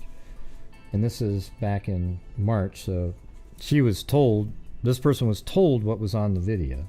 She said, there isn't much. We already knew that, though. They want... Okay, let me go to the next one. She looks at Libby. So Abby must look at Libby and says, he's right behind me, isn't he? She then hurries to the other end of the bridge, because she's still on the bridge when you're filming the killer. And then she hurries to the other end of the bridge. Let's see, where is that one? Hurries to the other end of the bridge. The girls are discussing which way to go. Something about two ways. It's hard to tell. Like, they're like, hey, which way do we go? We can go that way, we can go that way. Then Abby says, is that a gun? He's got a gun. So that's actually apparently in the audio.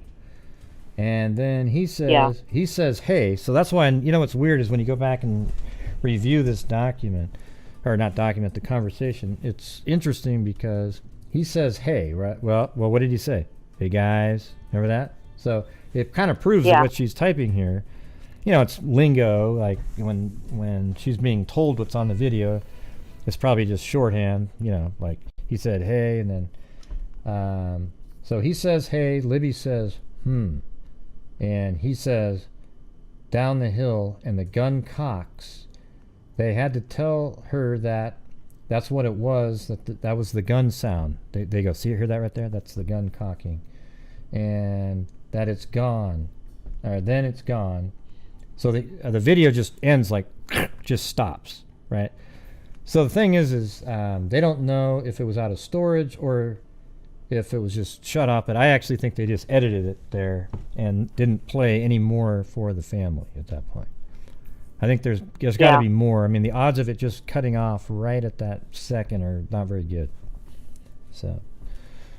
Well, anyways. And from the very little information that we've heard about the difference of the situation with Abby and the way she was found in Libby, the way she's found, it just sounds like the purpose was trying to, almost like it was more targeted towards Libby, like it was to get Libby. So, if you believe all that stuff that's, been shared out. But, I think the other thing that's interesting is, was there delay in the arrest because the case is so broader, because this Klein guy, or Keen guy, or whatever, traveled back and forth to Vegas and to different places. So you don't also know where the other locations are that the pornography could be being shared. And I'm sure maybe the FBI, if it goes multi-state, then they'd have to probably get involved at that particular point as well. But I know the Indiana News is reporting here that since they've announced about all of this, they've had over 500 tips about the Anthony Schatz profile. You know what I wonder? That's amazing. But I wonder how long they've really been focusing in. I mean, wouldn't it be interesting if even back in 2019, when they said, we want to know who the driver of that vehicle is, which is a strange comment, I've always said it, because what they're saying is, we know the type of vehicle, we just want to know who the driver is. And so you wonder at that moment, what if that back even then, that they wanted to, they know that the killer is paying attention to all of the media, and so they hear that comment, and they're onto somebody. They know what, they don't even, they know that he has the same type of vehicle. because it was parked there, and it wouldn't be a good ruse unless you knew exactly what type of vehicle it was. But you just want to know who the driver of it is. So then what you do is you monitor that person, and do they immediately get rid of the vehicle that they have at that time? Because they're aware of the vehicle, they're just seeing what that person will do with their car once they hear this in the media. And so wouldn't that be interesting if that was even them back then, that they were monitoring the shots accounts? I mean, Anthony. Well, and I remember Keegan. you shared with us too that, and it's also, I believe it's in the arrest information, is when they went to his house, he gave up so many different, a tablet, a phone here or whatever, but he didn't give up the phone to them that had the 2016-17 info on it. And that's the one he deleted everything on. So maybe he got busted for what was on the other items that they had, but they didn't have stuff because he had cleared out the phone and stuff before he gave it to them. So maybe that's why he got caught for the first part, but not necessarily with the murder connection. But those are my thoughts and stuff on that. Well, they do say that he has an alibi. I mean, they did say that Kagan, Anthony Klein, had an alibi of some sort where, apparently airtight alibi.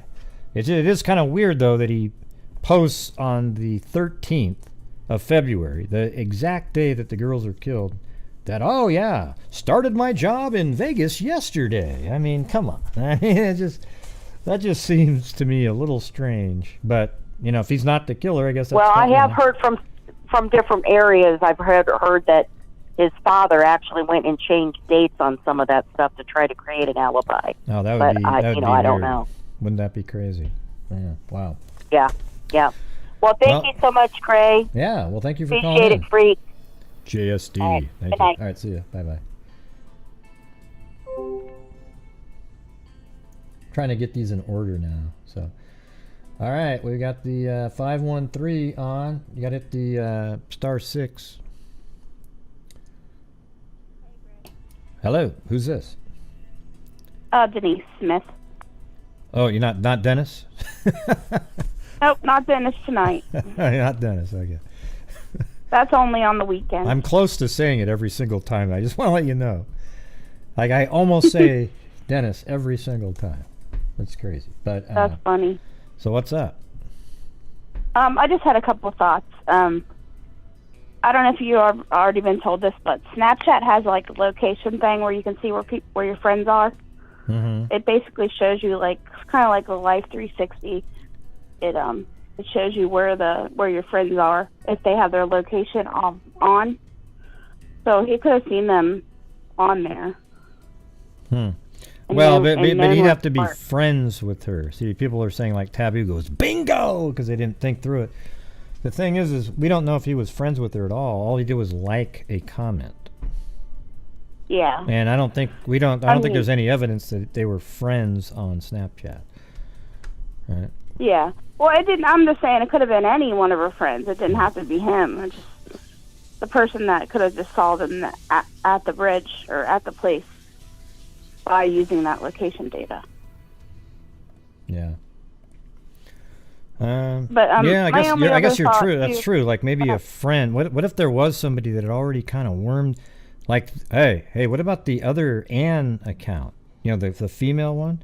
Wouldn't that be interesting if that person see, that's kind of what I was thinking originally, was the female account that he would use would be this account that would just easily be friends with people. Okay? Mm-hmm. And then they're the ones that would say, hey, I've got this really cool brother or cousin, whatever the hell they wanted to say. Emily Ann, that one. And he would sort of hook them up to make them a little bit more at ease at talking to this person. And so, but if that person, the Emily Ann account, was friended, I wonder if that's a case. Has anybody looked out there at the time if Emily Ann was a friend? Because I don't think that would have set off anybody's alarm bells or anything. And that could have been used to do the tracking of the location. Wouldn't that be crazy? Mm-hmm. Wow. Yep. But I did have one other thought. It was kind of going back to yesterday. I didn't call in yesterday, but the press conference, or not the press conference, but the conversation between the three cops when they were sitting there talking on the video. That cop said, he said something about one of these guys would, come forward or whatever, and then he immediately corrected himself and said, or a group. And he kind of paused in between, so I think he realized he messed up when he said that, and immediately Oh, you're talking about the thing from yesterday? Or a group. Oh, I think, but I actually think in that one he was actually he was referring to when he said either guys come forward. He was talking about the killer in each of those two cases. Okay. I think he was talking about the Delphi case and Flora because he was talking about it. And then he said, or a group of people. Right. Because I think in the Flora case, you might be able to make an argument, a better one, that there was more people involved or something. But right. But if he did slip up and say that because there is, they think there is two people in Delphi, and he like kind of paused afterwards and like, immediately corrected himself and said like a group or whatever. So I think maybe that was his way of covering up what he had said, but I don't know. Yeah, it could have been. I mean, it just seemed really fishy when I was watching it, and I was sent that by who sent that to me? Can't remember who sent that to me, but I mentioned it on the show the other day, so they got credit for it. Mm-hmm. All right. Right. Well.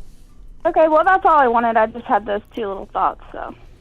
Well, they were good thoughts. Dennis, all right. I mean, I'm just kidding. But anyways, thank you very much for calling in. All right, nice talking to you. All right, you too. All right, bye. Get Merry Christmas too, if I don't talk to you before. That's right. Then. Merry Christmas. All right. Yeah, Merry Christmas, Denise. Yeah, see? Even Mary Lou said it. All right, cool. All right, see you later. Bye. Bye.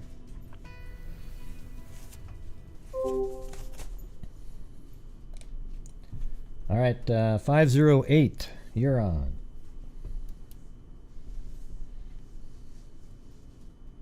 Hello? 508.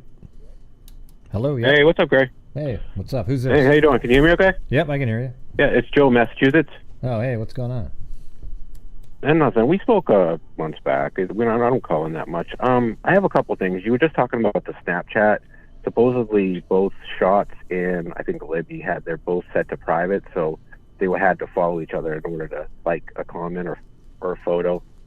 But I wasn't what I was calling about. I just it's the topic has been brought up before. Yeah, you might be able to follow them, but what they were talking about was that when you're friends, you can actually track somebody. I don't think you can track somebody. I don't know that part. I just know in order for him to even like the photo, they would have to follow each other, like the way their accounts were set. But the reason, this is like the thing I was calling about. Like I look at like Anthony Shots is like a fishing account, and I think these guys kind of work together. Like one's the fisherman and one's like the hunter, and like not to sound like even like worse, but like the chef that literally like these guys seem like one doesn't have the charm to pull off being around young kids, know how to talk to them, but they still have the perversion. You know what I'm saying? Yeah, I mean, you could almost see like a scenario where one of them goes, "Hey, why don't you be Emily tonight? See how many people you can lure in." Yeah, exactly. Or like the dad was like badgering him to get stuff for him. Hey, get some young girl pictures up here. You know what I mean? Like who knows what these guys think like? You know what I mean? Yeah. But I don't think there's one type of them. I think there's I think one needs the other one. You know what I mean? Like maybe one's protected by the other ones. You know what I'm saying? Like I don't know. Like it's scary to think that there's it's already this prevalent to begin with. But I honestly see it as more of a network kind of thing. You know what I mean? Yeah, like I think there is. I think it's like a know? dark web deal type thing. Yeah. Like a bunch of. I think there's these guys. Yeah. The regular web's scary enough. You know? Right. Yeah. Dark web is. I mean, if you have one of those, I think LifeLock. They actually say, hey, your account number, your account ID was found on the dark web in this place. It's like, wow. I mean, how the hell did that? There was actually a meme with John Cena when you find yourself for sale on the dark web. Somebody tried to make it funny, but it's really probably not that funny if you really think about the stuff that goes on there. You know what I mean? Yeah, it's not really that funny. No, I don't know. It just, like, I've been following this for a while, and I don't know, probably on and off for a couple of years, because it went stagnant for a while, but... Aren't you kind of amazed at how many of these people there are? There are... Honestly, the voice sounds like Chadwell to me, and I know that sounds like it's been over and over, but there's something about that guy's voice that sounds... Chadwell was part of the... I think Chadwell's the voice. I think he's the voice. Yeah. I don't know. So he would be more like the Hunter type, you know what I mean? Like, but I think these guys kind of like... Well, Chadwell's a pedophile. About them that they can... But these guys aren't. They're not pedophiles, these guys. See, 13, 14 isn't in the pedophile, it's not technically pedophile. No, I understand there's a line. I get it. But, like, Abby looked like she was, like, 9. You know what I mean? Like, I don't really think they pick by age. It's like almost like a look. You know what I mean? Almost like some of them, like are, like, prepubescent look. I don't think Abby looked like she was 9. It's hard to understand. I know what you're talking about. There's pictures of her where she looks like she's 9, but... she looked a little older later in the later pictures when, like that one where her and Libby are outside standing next to some kind of monument or something. Yeah, well, she looks very girlish. You know what I mean? Like she still looks like young. You know what I mean? Like my girl's daughter, she's like 21 years old. She still looks like she's 15. It's like some women, like they don't ever lose that. Like they still look like a child for a long time. You know what I mean? Yeah. But no, I don't know. I got 2 kids. I got 2 daughters too. So this stuff kind of like. I don't know. Like stuff like this actually, like it's almost like it boosts your empathy because you feel so bad. Like it's almost like more horrible because there are children involved. You know what I mean? Well, I don't know if that makes sense, but you almost feel more vested in figuring it out. You know what I mean? Well, yeah. I think everybody has. I think everybody has a little bit more feeling when it's a child because they're so much. They're so vulnerable and innocent. Yeah, and to me, it's like. I don't know, like, I was almost 6 feet tall when I was, like, 13 years old, so, like, and I have sisters, so, like, you kind of have to tone down, like, not intimidating people, you know what I mean? Like, ever since I was a kid, and I've always been good at it, like, I'm super kind to, like women all the time, or, like, anybody smaller than me, but some guys, like, they get, like, a thrill out of it, and I never understood that, you know what I'm saying? Like, I'm not wired that way. Yeah, but listen, you know what I mean? No, you can't help women anymore because of the whole...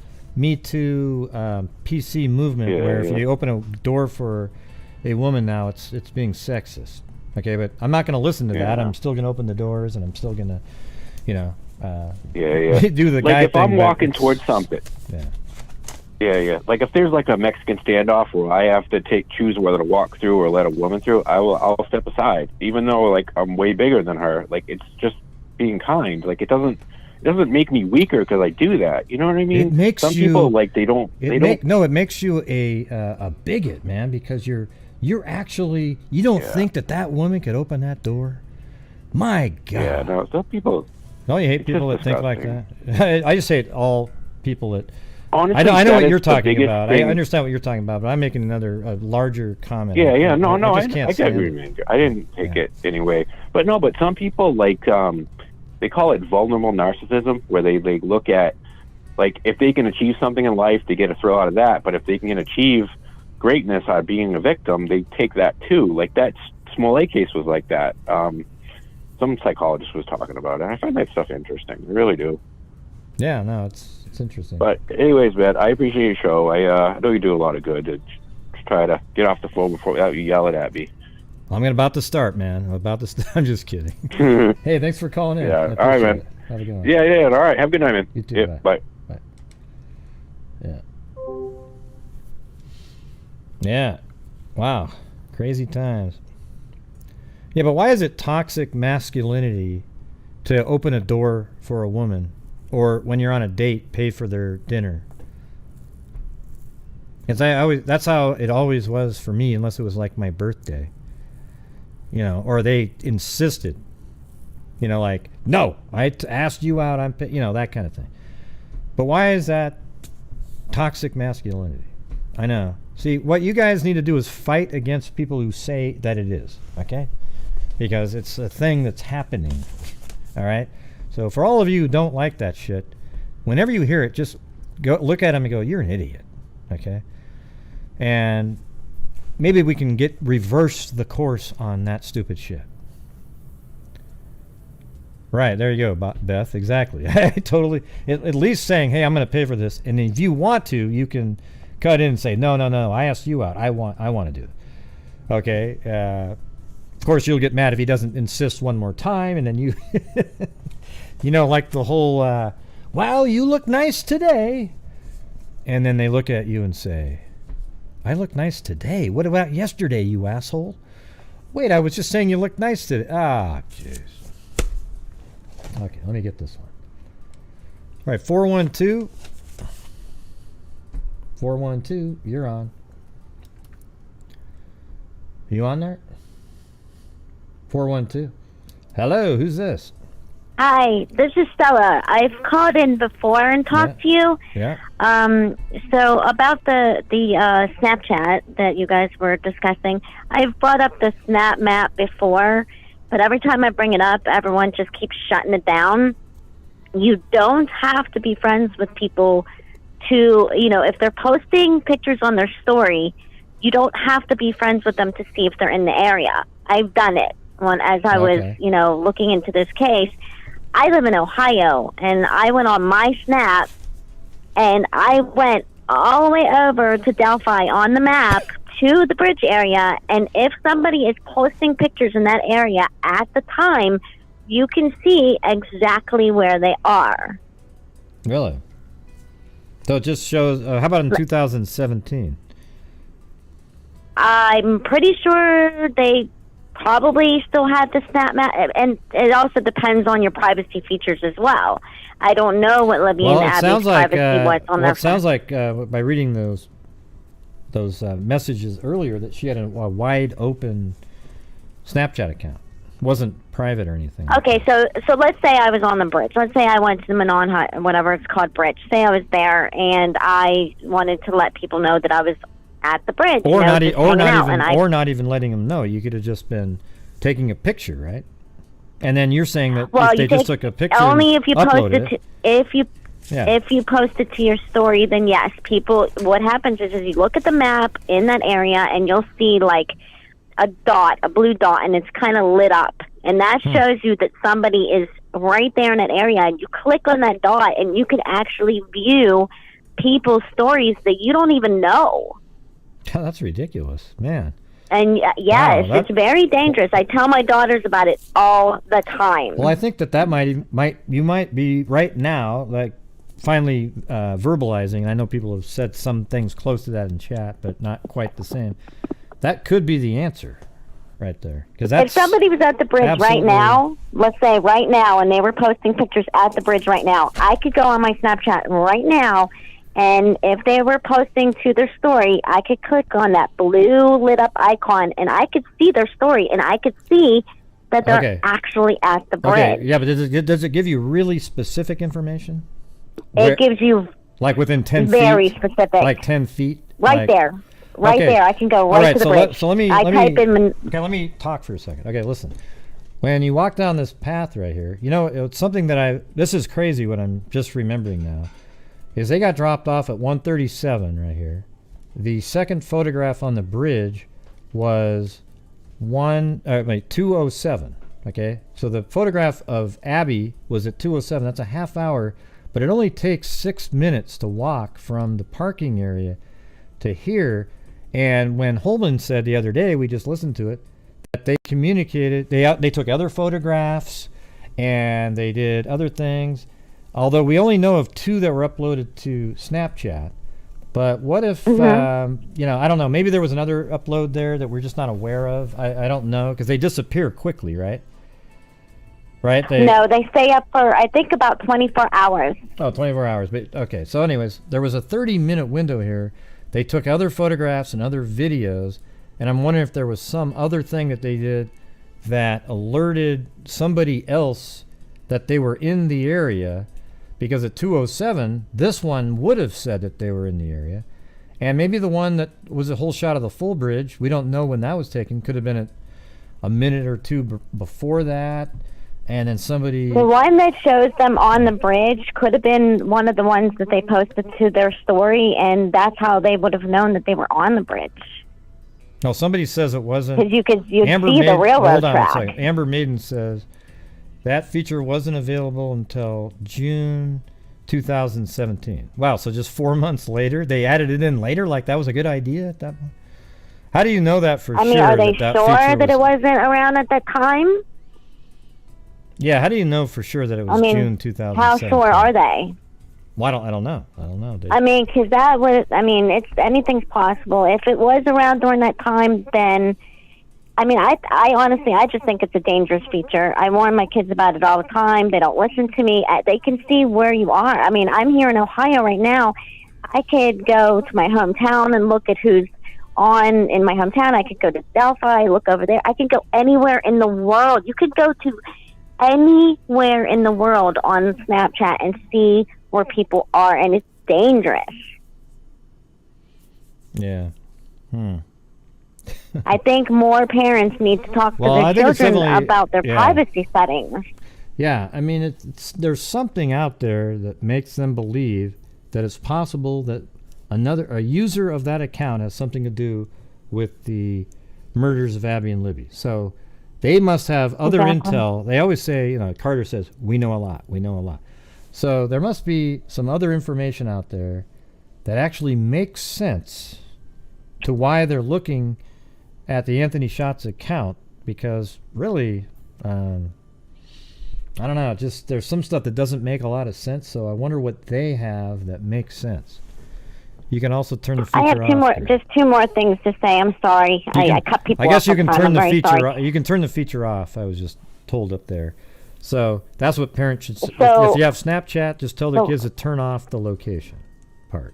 Yes, I mean, if it doesn't come out that this is the way that he found the girls, at least I would like to put it out there so parents can talk to their children about it. It's super dangerous. The second thing I wanted to point out is I wanted to ask if you had an email, because I was going through Kegan's or Keegan's, whatever. I was going through his pictures, and there is a picture of his Snapchat, and there is a different username on there, and I was wondering if I could send it to you so maybe you could look into it. There is a different name on Snapchat that he went by. Well, that's kind of weird, because that's what's in the screenshots that I sent, that there was another... He had the same picture, but a different...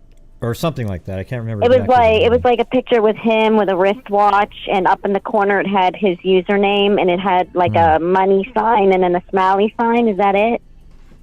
I didn't get to see the picture of it. It was just a text. But I'm going to go back over those again here in a second for people who didn't get to see it earlier. Okay, yeah. If you find the picture where it's just him driving the car and he has an expensive watch on, I'm guessing. Up in the left-hand corner, there is his screen name in the corner, and it's different than the other screen names. So I don't know if the police know about that one. So just, maybe look out for it. Okay. I will do.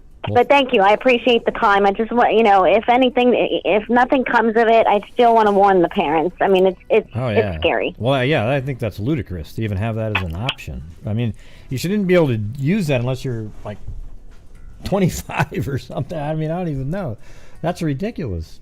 Yeah, I had to yell at my daughter because she had hers totally public, and I'm like, no. Yeah. Okay. That's her in the background. I'm sorry. Oh, that's all right. All right. Well, thanks for calling in. I appreciate it. Oh, thank you. Right. Bye-bye. Bye-bye. Yeah. So let me go back over these again in case you missed it earlier.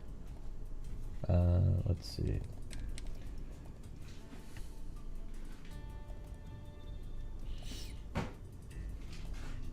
Yeah, so the first one says, you want to see something else? I played this earlier, but there's a name. I left the name on an accident. So it says, want to see something else that was sent to me? Liberty's Instagram is open. You can see wherein Anthony Shots, this is March 22nd, 2017, 5 weeks after the murders. Okay, so... Shots likes her pictures. So this person named Anthony Shots likes her pictures. And they had already been talking about it, but she just shared it with me that time. It is a fake picture from a model. It's too much to explain, but Libby stayed with a friend, sometime the week before. They actually put the name here. These have been turned in. This guy was Snapchatting that same friend and another friend and of hers. Let's see. So, but the mom of one of the friends wouldn't call the police, so she, the friend of Libby, sent them where they'd get turned in once she heard about the girls or something. Okay. Anyways, that was the first one, and then the next comment was this image. I'll move this where you can see it. So there it is. I mean, look at that. This is an actual conversation on the phone with one of Libby's friends. Okay, so it says, I have, Anthony Schott says, I have money, silly. I have a few super nice cars. It wouldn't be a big deal for me to come to you. And then he laughs. And she says, don't kidnap me. I'm not sure what done means, though. I mean, like, what is that the slang for don't? But that's what she's saying. Don't kidnap me. He says, wow, with a frown. How dare you? I don't know you. That's why I said that. And then Anthony says, okay, then rate me. And then she put an 8 down, right? Then the next one was this one right here, where she then says, no, I'll give you a 10, all right? And then he says, haha, thanks, you know. And she says, yep, laughing. And then he says, so I'm obviously cute to you. Haha. You know, why you ever think I'd kidnap you? I'd beat somebody up that mess with you. So now it's like, not only would I never kidnap you, if anybody else tried something, I'd beat them up. And then she said, well, normally older people don't do things with younger kids unless they're a kidnapper or something. And then she says, and, thanks, you know. And then he says, wow, sorry for thinking you're pretty. You know, so now he's just playing the guilt trip angle. She goes, no, don't take that towards you. I was just saying. Oh, I was like, what the F? Why am I attracted to you? Sorry, I know, I'm older. You're just so pretty, you know. It's like, God, just such a classic dirtbag, you know. Oh, God, it's unbelievable, you know. Then we've got the, I'll get to, oh, I was just about to get the other calls. Let me get to this one. All right, 816, you're on. 816. Hello. Hello. Who's this? Hello. Who is it? This is Courtney. Courtney, how's it going? Good. How are you? Yeah, not too bad. Hanging in there. Pretty good night so far, I feel like. Yep. So I just wanted to call about the map feature that we've all been talking about. And I actually looked, if you just Google like the Snapchat or the Snapchat's history of like what features have come out when, you can see where the feature that most people are talking about that wasn't available until a few months after the murders happened. It was like later 2017. That's one where you can see a map, and then whoever you're friends with, you can see a dot where they are on the map. And that one's pretty easy to disable and go in and say, like, I don't want my friends to see where I am even.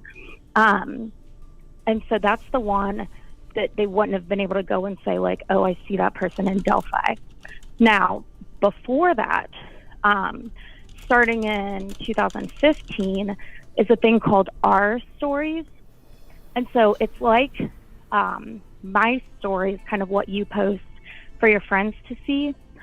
But starting in 2015, they came out with a thing called R stories. And in order to use it, you had to enable your location data. And then also, in order to use any of the other filters, like I'm pretty sure I've seen like a picture of them using like the dog filter that everybody sees from Snap, where, you know, like you opening up your mouth and the tongue comes out. So in order to use that, you had to enable your location. Now, all that did is give Snapchat the notice of where you were, but then, so like if you're sliding through, so say you go to make a snap, you can put filters over it, and you would come upon, like no matter where you're at, there would be different location filters. So like if you're at the St. Louis Arch or something, you can slide through and there'll probably be like a bunch of different ones that say. So probably at the bridge and in Delphi, I have no idea how many there would be. Bigger cities would have more, you know, because somebody had to kind of like make it to put it there. But I would guess there would be something there that would identify their area. And so if you went to that and then used that filter, like I put the St. Louis Arch filter over mine and post it, people can go in and see everybody's. It is not at all private. And it's considered like it was Snap's way to open things up to the community, to build more of a community. And you could just slide straight through there and see for the 24 hours, like the last caller said, you could see anybody that had posted there. And obviously what you're seeing is a picture of them in that place and with the time. So does it give you really accurate geolocation? Yeah. So even in 2015, they could still tell where you were? Yes. What if you're not a friend of the person? I promise. What if you're not a friend? Even if you're not with a friend, you do not have to be friends with them to see that our story feature. It's called Our Story, and it shows you everyone in that area. Like anybody that's used that one, it shows. Because I got on there myself. I'm a little old to be on the Snapchat, but I did end up getting in there and like having fun with it. But I definitely was aware of like, okay, what are people seeing, and you know, what am I putting out there and everything. And when that came along, I actually had somebody come up to me in the grocery store like, oh, I saw this snap, like it was so funny. And I'm like, what? Like, I didn't even know you were on there. How'd you see it? And they're like, it was in Our Story. And they had seen where I had posted with like my city little banner on there, or some kind of geo filter is what they called them. But it might just be like turn you into princess, or I don't know, whatever kind of one it would be. But then they would put all those ones together and you could search through. So like, and it would tell me that exact person. Now, if they had been somewhere 8 hours before, I would know they'd been there 8 hours before. What was the month that Beth sent me a wiki of Snapchat updates? So you know what month that was? Yeah, well, I have it on this. Okay, so it says, well, this one says introduced in 2015. Let me look here. I can find it. What was the name of the feature? You know? Our Story. It's called Our Story. There it is. Well, that was November 2014. It says Snapchat includes a sponsored story from Samsung in its Our Stories section. But let's see if it shows up again. Now, that seemed like that was November 2014. Well, I don't know. It doesn't say it introduced it. It just says that that was something that happened. Yeah. This one I see here, they're announcing, it says Snapchat just unveiled a new feature. It's in Time magazine. And it says they unveiled Our Story feature. And this is, before Electric Daisy Carnival. And this is in June 17th, 2014. Oh, in 2014. And it says Our Story gets away from the individual experience and embraces the collective. So even in 2014, right? So what was the feature in 2017 that people are talking about that started that was similar? What's the difference there?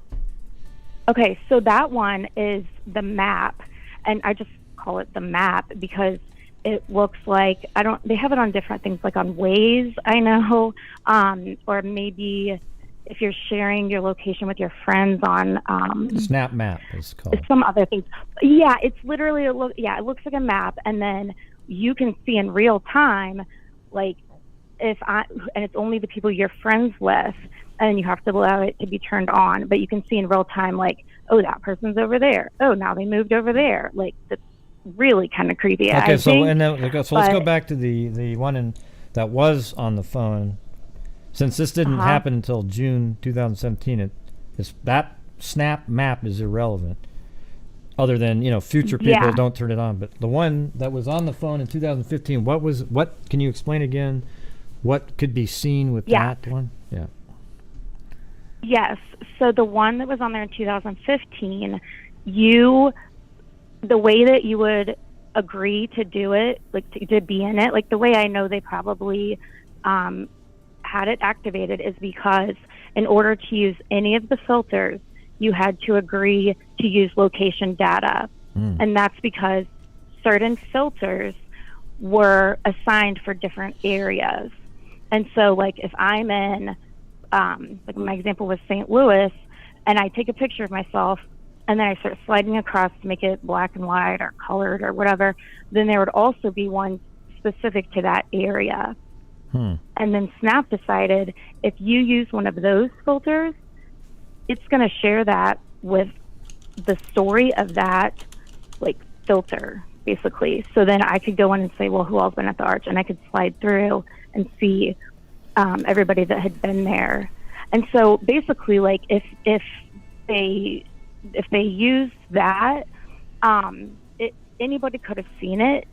And then on top of that, if somebody's, you could find the person for the first time in that way, I guess, and then ask to friend them. And I mean, I know even myself, I would get random friend people, and at first it's like, well, okay, more friends, whatever, but then you start looking at what you're posting, and that's just, I know it's so hard for. But on that version, Ari, if let's say you're at the bridge taking a photograph, does it show you really precisely where they are? It kind of depends. So it would depend, and see, I don't know at all what they posted before, and they may not have even posted anything, but unless she sent like the pictures she took of Abby, if she sent that just to her friends or her story or a single person, they wouldn't be able to see exactly where that was. But if they used a filter, the people that could go and search like up those filters, you know what? She did everyone use. that had been there. She did use so you can't use any filters at all, because I know for sure a filter was used on the first photo, the one of the bridge. Right. It's like a black and white shot, kind of. So that a filter had to have been used on that one. So you're saying to use that filter, and if the filter is used, that's interesting. Yep, well, I'm like 100% positive, and I do know that everyone's like the location feature was after, and that is true. That one's a much more like, oh my gosh, you just watch the person where they walk and drive. That is different, but you could totally find people in your area by going and searching in these different filters to our story. So, and you know what? I don't know that it was really all that popular. I don't even know if they still have that now. I just know that is in the time that I was using it like quite a bit, and that was definitely part of it, because I was like, oh no, like everyone that I'm putting. But on the other hand, if I didn't allow it, I couldn't use any filter, and so half the point of Snapchat is to be able to use all the different filters, and that's like a lot of the fun. Is that of the it. one that you can put so like dog ears on and weird stuff like the whiskers? Why do you your guys mouth, do a that? rainbow The comes whiskers, down. put the whiskers and the weird crap. Come on. Yeah, you get it. it'll look like cute. Yeah, and I'll go different color.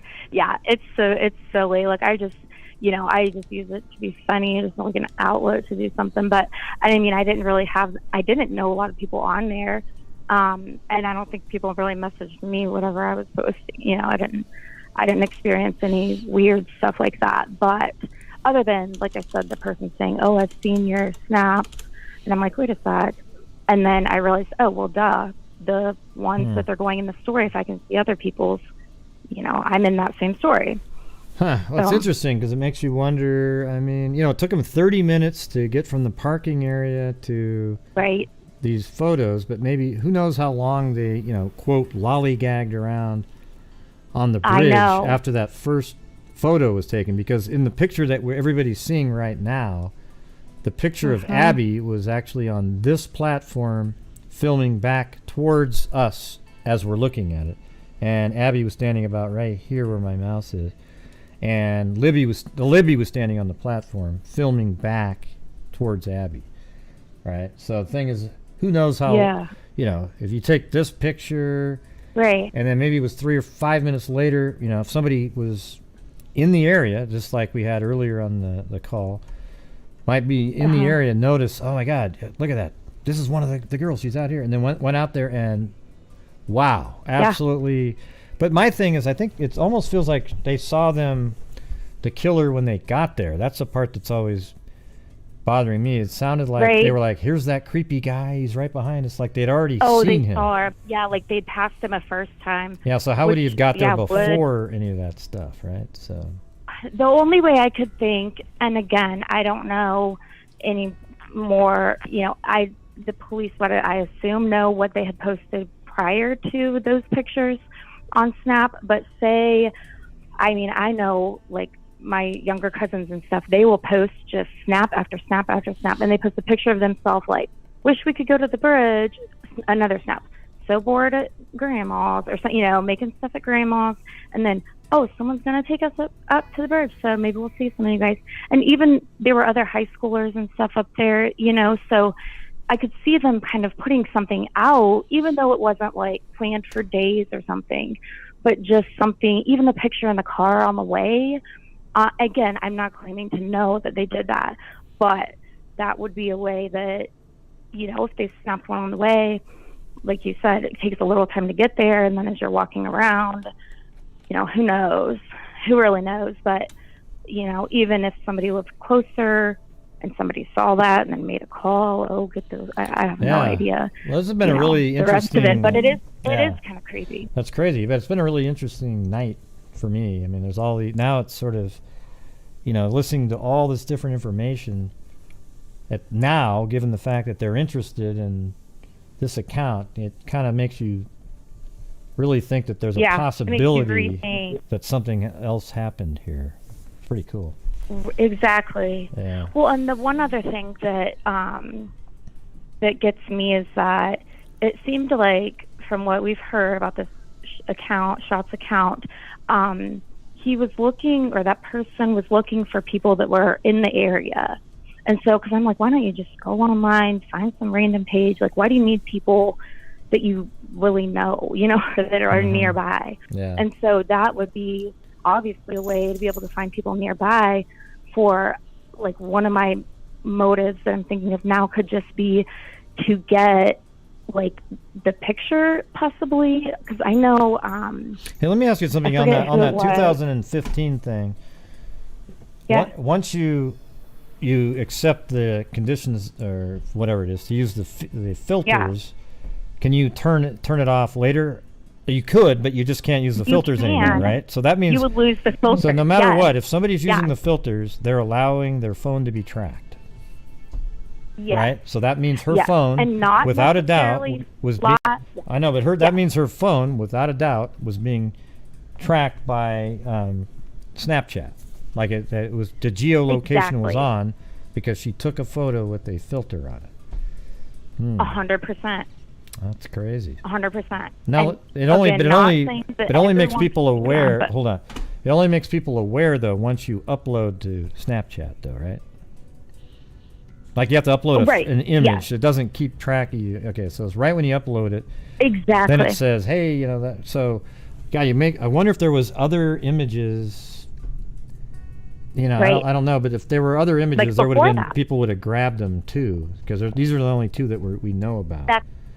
Yeah. Right, and they would have been on there longer. But again, our map feature, I mean, I don't know if it was even that popular or anything. Like, obviously, if you were searching for people and all this stuff, you would know about it and you would be able to go to it, but I'm sure, I would assume the police have looked at it. But, like, as far as in general, when we're all thinking, like, we just thought, well, the 2007. I kept hearing people say 2017, and I'm like, I know I was able to search people in my area on our story. So if you just look up our story on Snapchat, it'll give you the timeline. So it's pretty wild. Well, cool. I really appreciate you. I got one more call I got to do, and then I got to get off of here. Yeah. I appreciate thank you. It was really Hopefully informative. I You should be a Snapchat expert. Hey, I think I am. No, I'm kidding. You are. I Well, don't- you could I be don't like think a I am. I don't court-certified Snapchat expert. There you go. Yeah, Yeah. just call me, you guys, with any more questions. All Sure. right. Oh, okay. All Well, right, thanks for talking to me. Okay, bye. Thanks, bye. Oh, there was a call. They just got off of there, too. Oh, darn it. Oh well. Yeah, that was really interesting, wasn't it? Awesome. So, I'm going to be a guest on another show, the Web Sleuth show here in a little bit at 8. So, I've already turned off the, there's no more phone calls coming in. So, there you go. Interesting. Wow. Man, that opened up some other thoughts there, right? So in 2015, it wasn't precise like the map, the Snap maps later, where it literally just tracked you around, but it would kind of give you the location somebody was. In 2015, thanks LM for attempting to start the wave. You know, you'd think with 1,147 people, it would have worked, but it doesn't. All right, let's see. Yeah, crazy show tonight, right? I mean, I couldn't believe it. So, you know, LM started off the entire thing because she was saying, hey, I remember talking to somebody, you know, I'm not going to be specific. And then I was thinking, I think I know that person. I went back and reviewed the entire, all the way back to March 2017, and boom. It's like, I couldn't believe it. There's these images of the Anthony Shots account, and it's actually a conversation that they were having with one of Libby's friends. So that's interesting, right? What did you email me, Matt?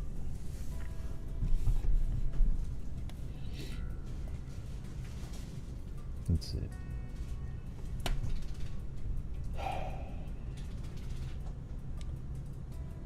Thank you, Susan, and a Mag earlier for a PayPal. Thank you very much. Okay, so 2016. Now this is what Matt just sent. Snapchat introduces Memories, a searchable, shareable archive of your snaps. At a time when its social networking rivals are racing to promote more real-time sharing, Snapchat is turning its attention to the past. The company today introduced Memories, a way of saving and sharing old snaps in a private archive inside the main app. It's a living social camera roll-in with which photos and videos can be organized, edited, and shared long after they are taken. What do you want me to see from this one, Matt? My Eyes Only, where you can put embarrassing or explicit snaps that might accidentally kill your grandmother. Huh. I don't have time to read I'll just check it out later. But what's the main thrust of that you want me to see? We're really trying to figure out the geolocation. Is there a way that somebody could tell that they were in the area? Thanks, yep. Yes, you too. And I've only got about another 10 minutes, if that. Maybe even just 5, so I can take a little 5-minute break. But, hey, thank you. Yep, and Carolina T and Caressa Goodwin.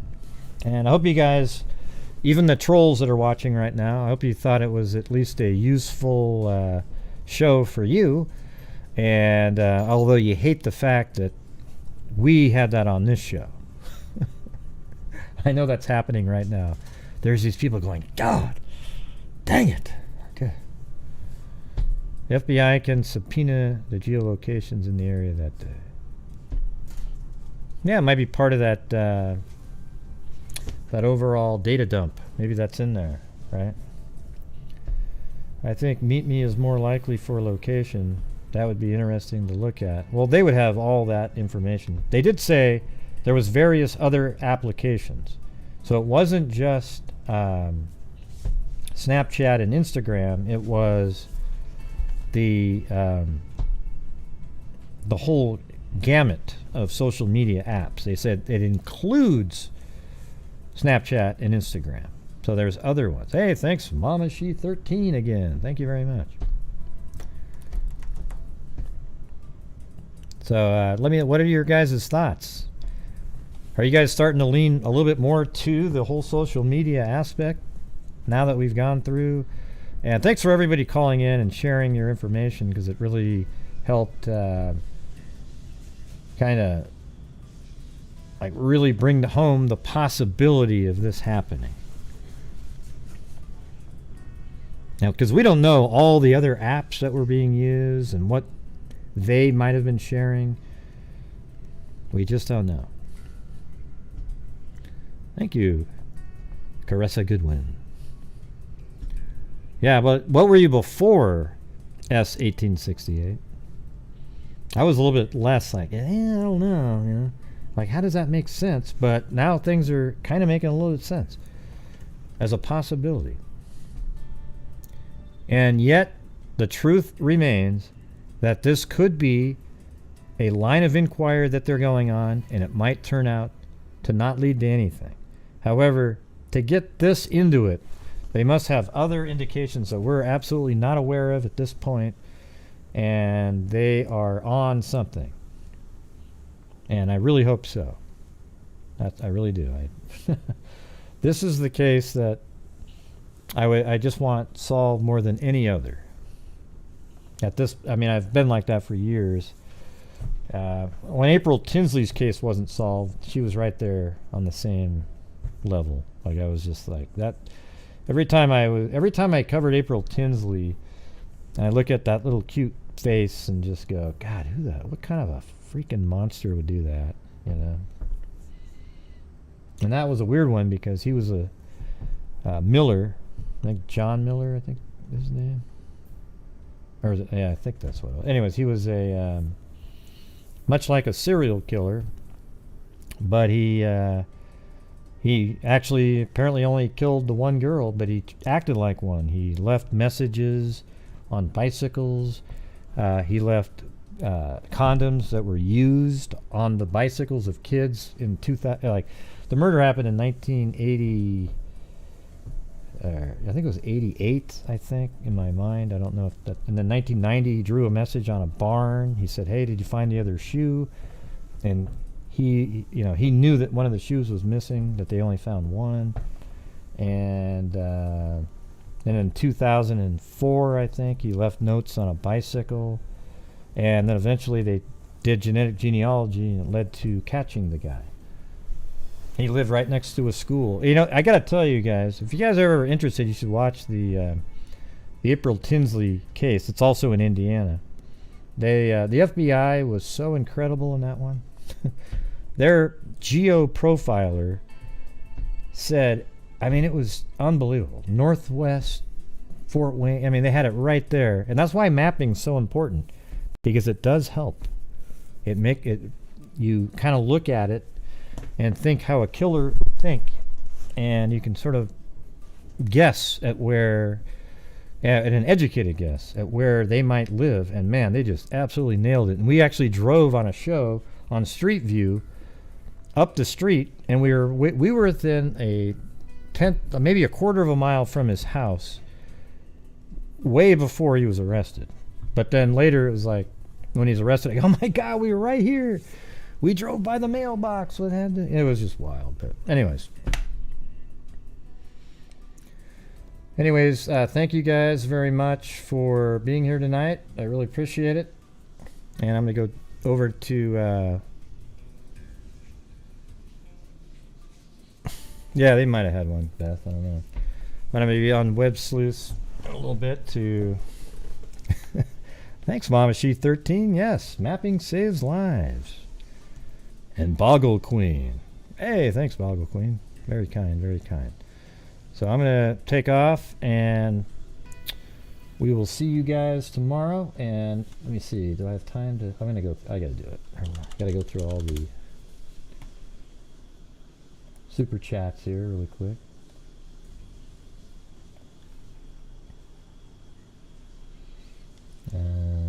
Boom. Super chats. Okay, so thank you to Boggle Queen right at the end there. Mama She 13, Mama She 13, Caressa Goodwin, Carolina T. Yep. Cairo, LM, Foggy Mom, Cindy Leon, Leo JP, Zozo, Cairo, Brandy C, Mama She 13, Cairo, Mama She 13 again, Rita Schaefer, Eugenie, Amber Maiden, One Sly Angel, Lee D, JSD, Kristen Cure, Surf, One Sly Angel, Steph May with the cat eye, and the other one was from, hold on, that was from Leo JP. Thank you very much for the cat eye donation there. And thanks, Leo JP. I saw it going through while I was talking to somebody. All right, so we did Surf, One Sly Angel, Steph May, Amy Lemoyne, Mar McIntyre, Tracy, and Richard Canuck. Hey, how's it going, Richard Canuck? The mechanic. Remember that? Richard the Mechanic Canuck. I actually met him at CrimeCon. Like, what was that, 3 years ago or something? In Louisiana? That was pretty cool. All right, you guys. So thank you very much. I thought that was a very interesting show. Thanks for all the great callers. There's only one troll, the same jackass troll that calls in just about every time. Has nothing important to say about anything at any time. It's like he's almost just talking to be a troll. It's so weird. He even admits he's a troll while he's calling. Really strange guy. But anyways, excellent callers. Very informative from the chat. You guys all helped out a lot getting some information. Very cool. And that's it. So we'll see you next time. And as I always say, until next time, be safe out there. And thank you, mods, for kicking ass again. All right? Yeah, I've been doing this true crime thing for quite a while now. Was the show over, And doing this full Gray? time, I have not seen Yes, the one show's person over, Mary Lou. God. That is a... Gosh, Gray, don't have to be so mean. I'm not being mean, but I'm a never. certified human lie detector. Gonna get ya on a stretcher if you try and play me like an old projector.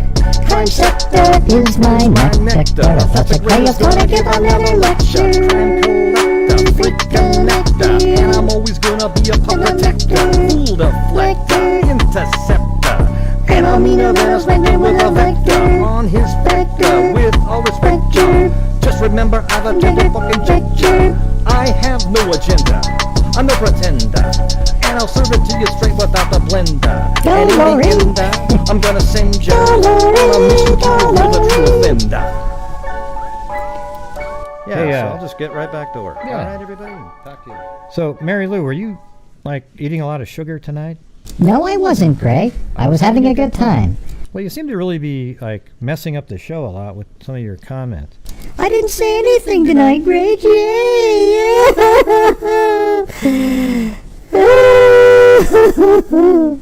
Are you really that upset, Mary Lou? No, not really. Good night. See? What a poser. What a poser. Just like some of the people who complain that Gray's so mean to me. All right, see you later. Bye-bye.